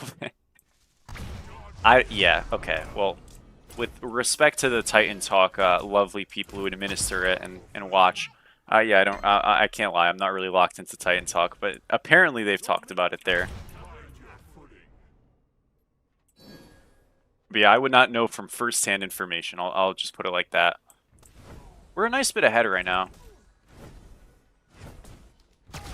Even if we can't buy an ability this game, it's like, holy shit. I just miss everything. I have to back, sorry. Maybe it's actually playable. Sorry, he could have made the gank, I just fucking griefed him.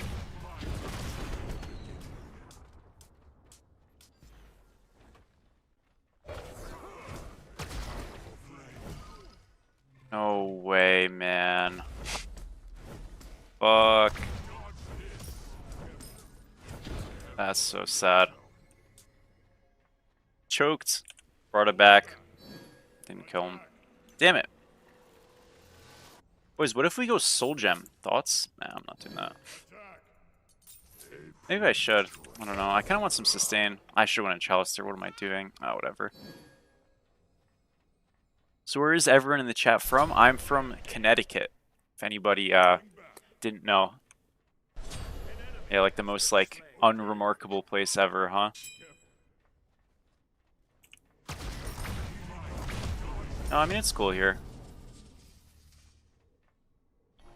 Are big during the Olympics? Yeah, I never was a huge Olympics watcher. I will say, watching Team USA for the Olympics for basketball was awesome, dude. That was one of the best like sports experiences I've ever had. Probably the best. It was great.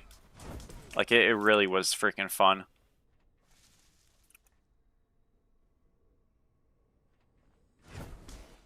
I probably, so The reason I'm bringing up the NBA thing, by the way, was this is an interesting year. So like the team, if you live in Connecticut, generally you're either a Celtics fan or a Knicks fan. Like proximity wise. So most people here are one of those two teams, and the Knicks are actually like probably gearing up for what will likely be their best year ever, like recently. So yeah, it's interesting. I mean, you never really know, but there is like a belief that that might be the case because of injuries and having a previously really good year and stuff.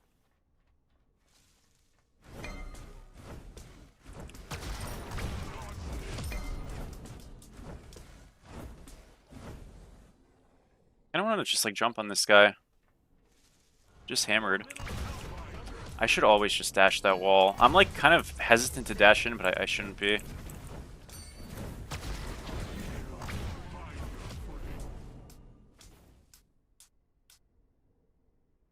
Oh, wow. That's not good.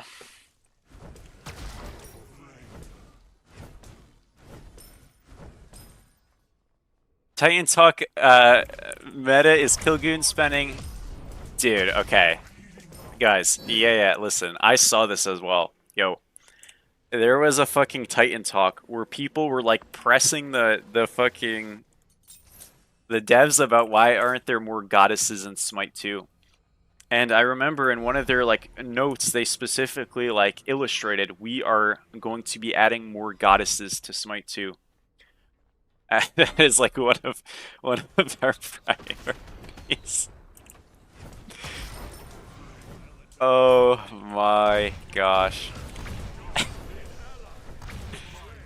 That shit is fucking hilarious. We'll just say that, right? Holy moly. Tower is under attack.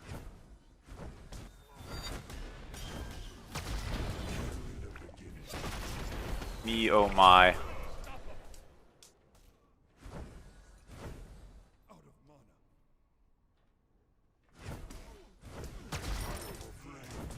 Bro, like I swear people will just make up issues. That shit was actually incredible.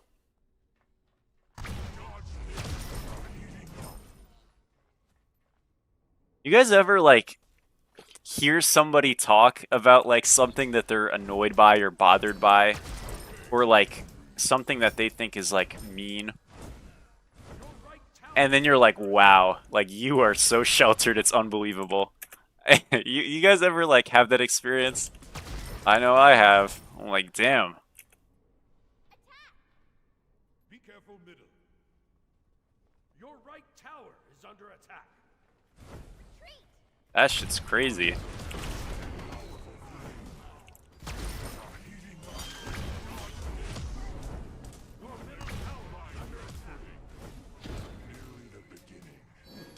But this Odin is like trying to help me out, and honestly I respect him because low-key I kind of need it. What the fuck is this guy doing here? I'm gonna reset. Careful. For this guy with the communication too, like he's not even locked into the comms like that, but he's backing up when I'm backing up. Listen, this Odin's having a masterclass. Well done, GOAT. The eye really does is funny. Oh, he does a little one? That's fire. Yeah, no, dude, that shit's weird, bro. Like, let the guys do their damn job. What? Not enough goddesses, so what? Like, you worship these characters? Like, these are all, like, for the most part, religions, aside from Hindu, that are completely, like, folklore and stuff. Now, it doesn't matter. They just add characters. I don't think they look at, you know, like, anything besides, hey, does this character, like, fit in the game right now? Like, can we add her? Because, like, is she done? That's it. Or he. I don't think there's anything else to it.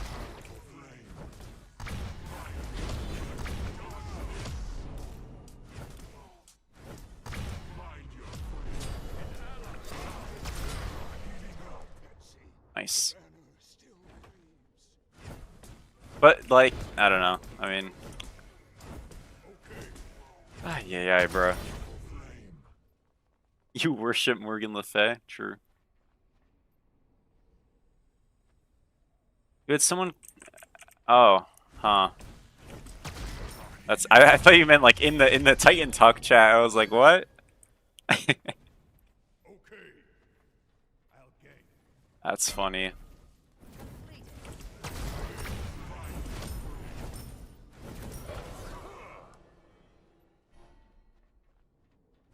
We complete, man. I mean, Chang'e's honestly like, they kind of did her dirty in Smite 1. Yo, she became so trash, it was crazy. And then they kind of fixed her, like towards the end, but she was ass for years.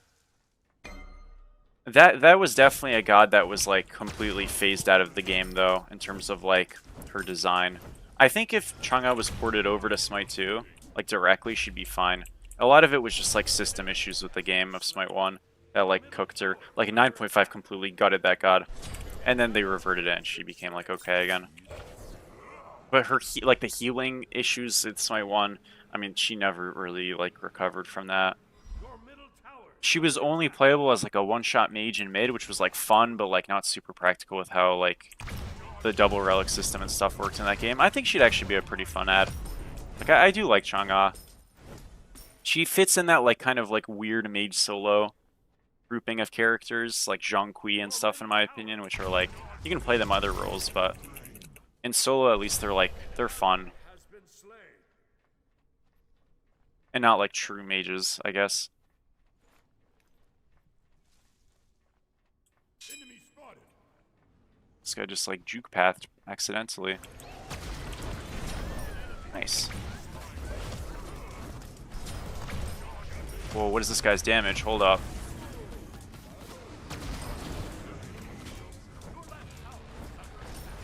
No! Damn it. It was close, boys.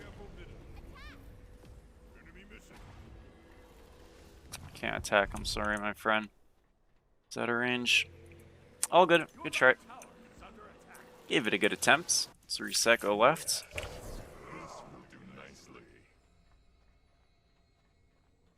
Do any mages not use poly? Yeah, for sure. You honestly don't need to go on this character. I'm just forcing it because... So, like... Okay, generally speaking, you're building the same items on every, like, character. And what I mean by that is, like, if you're playing Agni mid versus Agni solo, you should be building the same. There is more value with poly in solo than there is in mid because you're fighting more, right? So, like, you can kind of stretch a poly case value in solo more than you can in mid. And that's why you're seeing me go on a god like Agni. Generally speaking, you probably don't go it on this god. You go poly on Neith, you go it on Merlin, you go it on Cuckoo. Anything aside from that, it's not completely needed on. It's more of a, like, I want to, but I don't need to. So yeah. I might be missing a character, but, like, that's basically that. Like, Ra, you don't go poly on. Agni, you can, but you're kind of forcing it. Poseidon, you don't go poly on. If you played a Jormungandr or mid now, you don't go poly on that. You know, so... A lot of the picks you don't.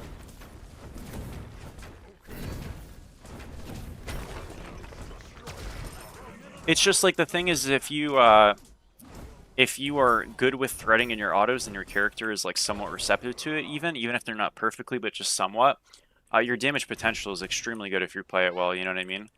The truth is most people don't get enough value out of poly to be building it, but it's like a good habit to get good with, so if you play a character that uses it well, you should go it. Does Agni use it great? He uses it okay. It's not needed, but it's good. I don't think you, like, if you don't go poly on this character, it's totally fine. Your right tower is under attack.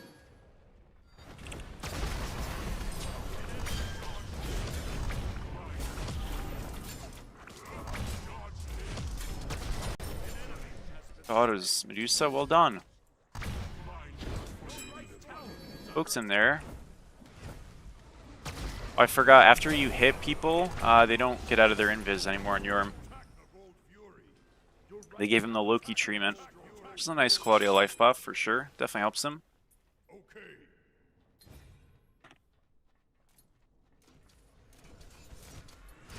Good, we still got this. I know Johnny is like locked in, so he wants this win, but I think we're good.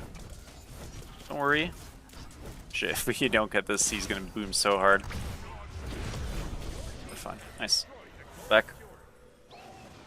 Go into Shard here.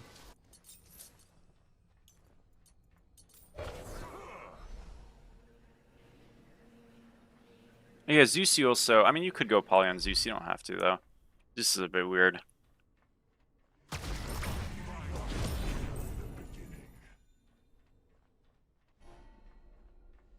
Yeah, no, Zeus, I don't think I go Poly on Zeus, do I? I don't think so. I mean, Zeus, you go like a strange build, though, to be fair. You don't go like a full-in build on Zeus, usually.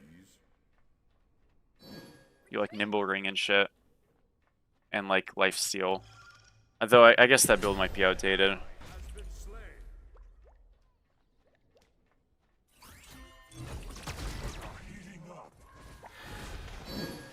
We're gonna get collapsed on here. I'm fine though.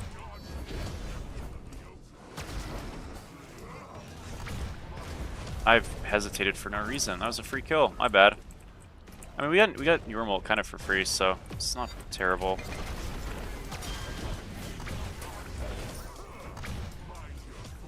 Should be dead. It's Capriol. Not dead. That's fine. We forced ults. We lived. I mean, it's totally okay.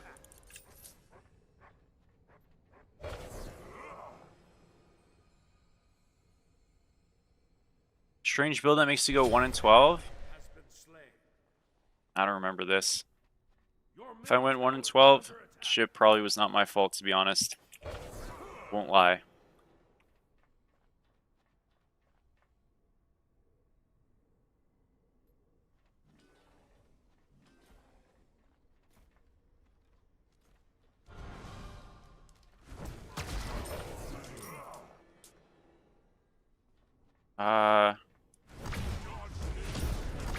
You just go... You can just go golden when it spawns. What's up, Taco? Or excuse me, I should probably call you Kate, right? Sorry. How are you? You're fairly new to Smite. What would you recommend in solo? It's a good question. So I think it depends like what you... The thing is, the role is very open, right? So you can go a couple different routes. The traditional like perspective of like what a solo lane role is, it's like a tanky bruiser. That is still probably what I'd recommend, but some people might like sway you other ways. That's just, you know, an opinion. I would say like Chalk is like very easy, very good, and he fits that bruiser playstyle. He also has an aspect, which is effectively, if you don't know what aspects are, you toggle them on or off during the like pick ban screen, and they change your character in some way. Chalk's aspect makes his Rain, which is one of his abilities, do damage instead of heal. That's it. It's very simple. And it's an option you can do, right? So you kind of have like different playstyles and builds and ways you can play the character tanky. You can play him full damage. So there's a lot of flexibility in that one character. I always try to recommend to people who are like fairly new and they're trying to learn the game, obviously to have fun with as many picks as they want, but like realistically probably play like 3 or 4 characters max for the time being, and like try to, you know, get up some ranks with that, to just like experience the game at a better, you know, more stable level, and then expand from then on out. But I would say like if you wanted to play like 3 like characters that are bruiser-esque type of things, I would say like Chalk, Cerberus is a guardian, so he's magical damage. It's a little different, and then let's get one more. What's another good character to add? I mean, I think Achilles is a good one. He's fun. He's pretty versatile. He might be considered a bit harder. I would say Achilles is fine, probably, right? Yeah, I think Chalk, Cerb, Achilles is a good 3. There might be a better pick than Achilles I could recommend, but it's kind of maybe Odin. Odin's a little boring though, in my opinion. I guess it just depends what you like. You might. I would just like look at the characters and maybe go into jungle practice, which is just like it's just you loading in, and you can just like look at characters to try out their abilities and see what's the most fun for you. But those are some that are fine.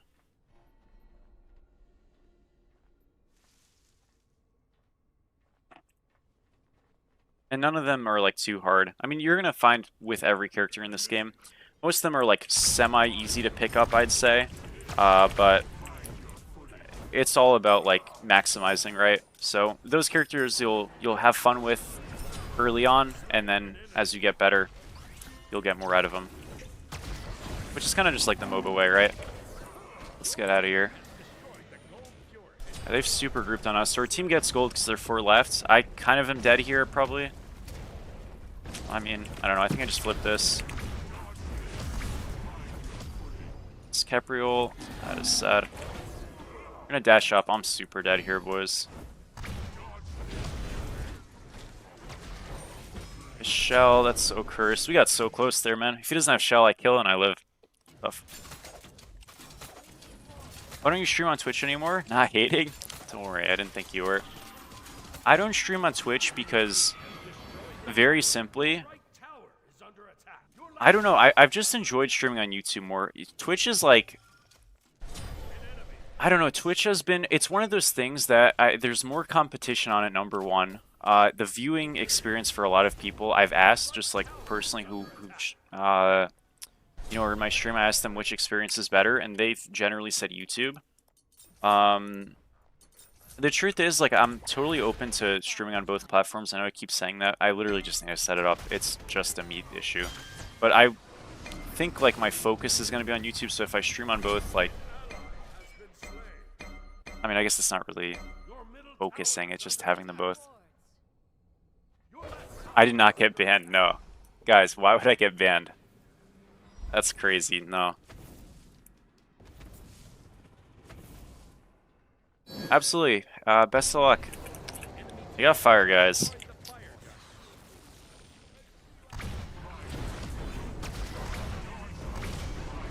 Did get dagger there. I mean, this is like decent. Thing is, okay, it's not decent. Thing is, if we can just force stuff, we want to split the map a little bit because obviously this is like not a great look. Right now, you struggle a bit with your first couple of levels. I got you, yeah.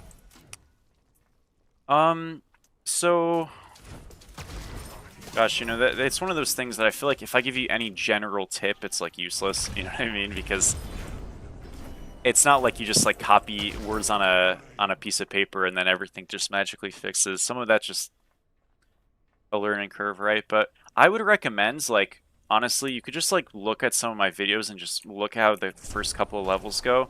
And the thing is, this game updates a lot right now because it's in a beta. And some of the changes are like kind of sweeping. But right now you do just start on your blue buff, clear it, and then go straight to lane.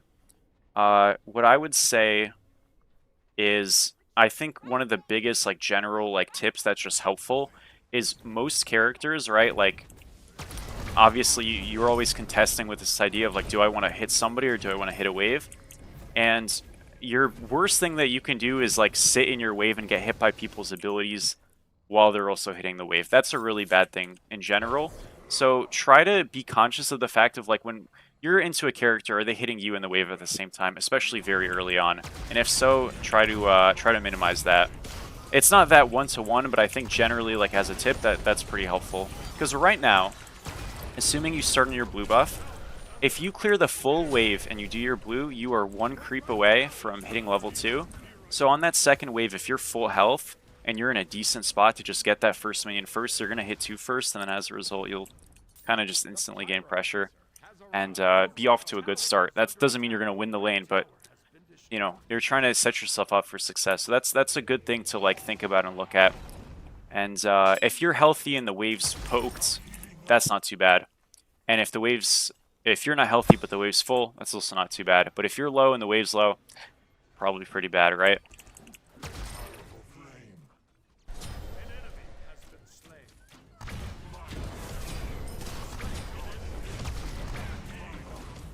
Oops, okay, beads. This is good. The stun honors to my left, so I just gotta wait for that. I probably just booked it, right? So Thor's up, he's got ult. I can just play an angle. Remember, he is tank. He's got like a bit of damage, but I don't get one shot. I haven't played this like regular version of Agni in so long. His damage is not bad. Thing is, this honor is probably to my right, and he can just like jump. I don't want to in here. I feel like we just push mid though. Yeah, we really don't have to be afraid here. This is fine. They're like, that's their setup. This is good. Just go. I'm gonna play for this on her. I don't care about the Thor. Slow, he jumped out. He's won. It's his ult. Nice.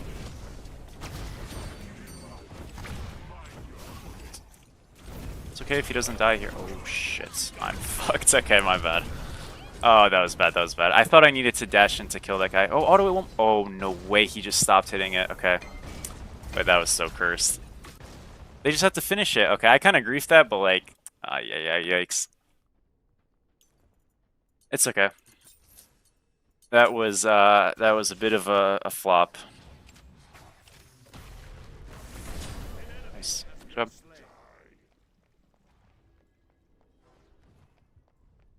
Well, dude, I dashed because I thought I had to kill the Thor. Number one, I shouldn't. You never dash in there. It's not worth it. I also dashed like as the Nuwa rounded the corner, which just wasn't paying attention. So, yeah. It was definitely bad. If we just do this, we get... Oh, no, we don't, because the tier 2 is going to go down. Oh, yeah, we've completely fucked it. Damn. You do stand and wave a lot and eat a lot? Yeah, I mean, that's... It's alright. Honestly, like, I think the most important thing is to just kind of have fun with it. I've been, like, having the new MOBA experience in League, and it's, I mean, I'm not that new anymore, but when I was, like, new, I always just tried to, like, not worry about the fact that I was like, damn, I'm not good at this game. You know, I don't really know what I'm doing. Sometimes that can just be a bit stressful, but I think as long as you're having fun with it. I always recommend a small god pool just to, like, improve, but it's all about having fun. It just, yeah.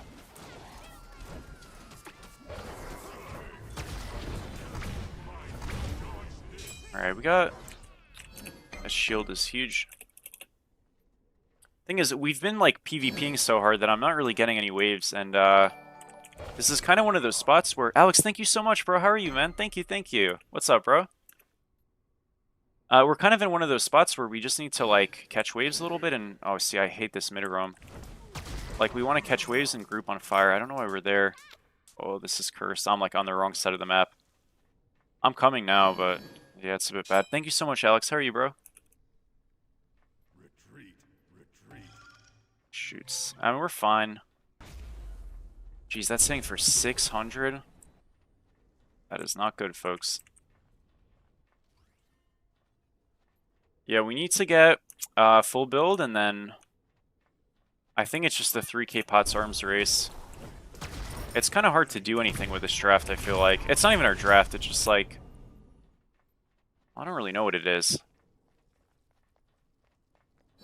I feel like we can group get a pick here, at least. We don't have any vision on anybody, which is, like, dreadful, but... Hey, we have to play for the fight. We never commit to this unless it's, like, super clear. Oh, it's super clear. What are they doing? We stick to this. So we stick because we have vision on sides. We see 2 on map.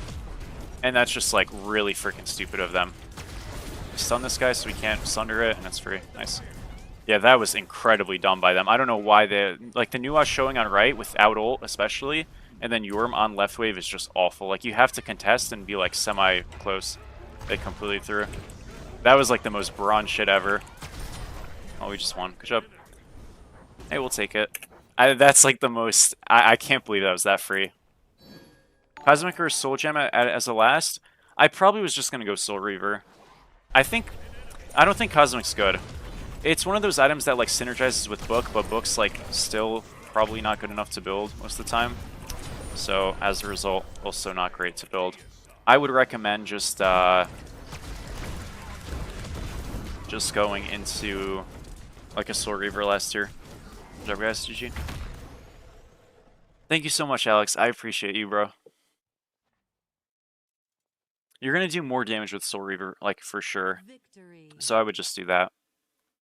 Again, you don't need to go Poly. If you went, like, Book of Thoth and Soul Reaver, that'd be cool as well. Like, Book of Thoth here instead of Poly, or just go this full build, go Book late. You're okay to go Book late if you want. Remember, like, these stacks are just damage, right? So it doesn't matter if you build it late, you'll be fine. And, yeah. 44k. There we get it done.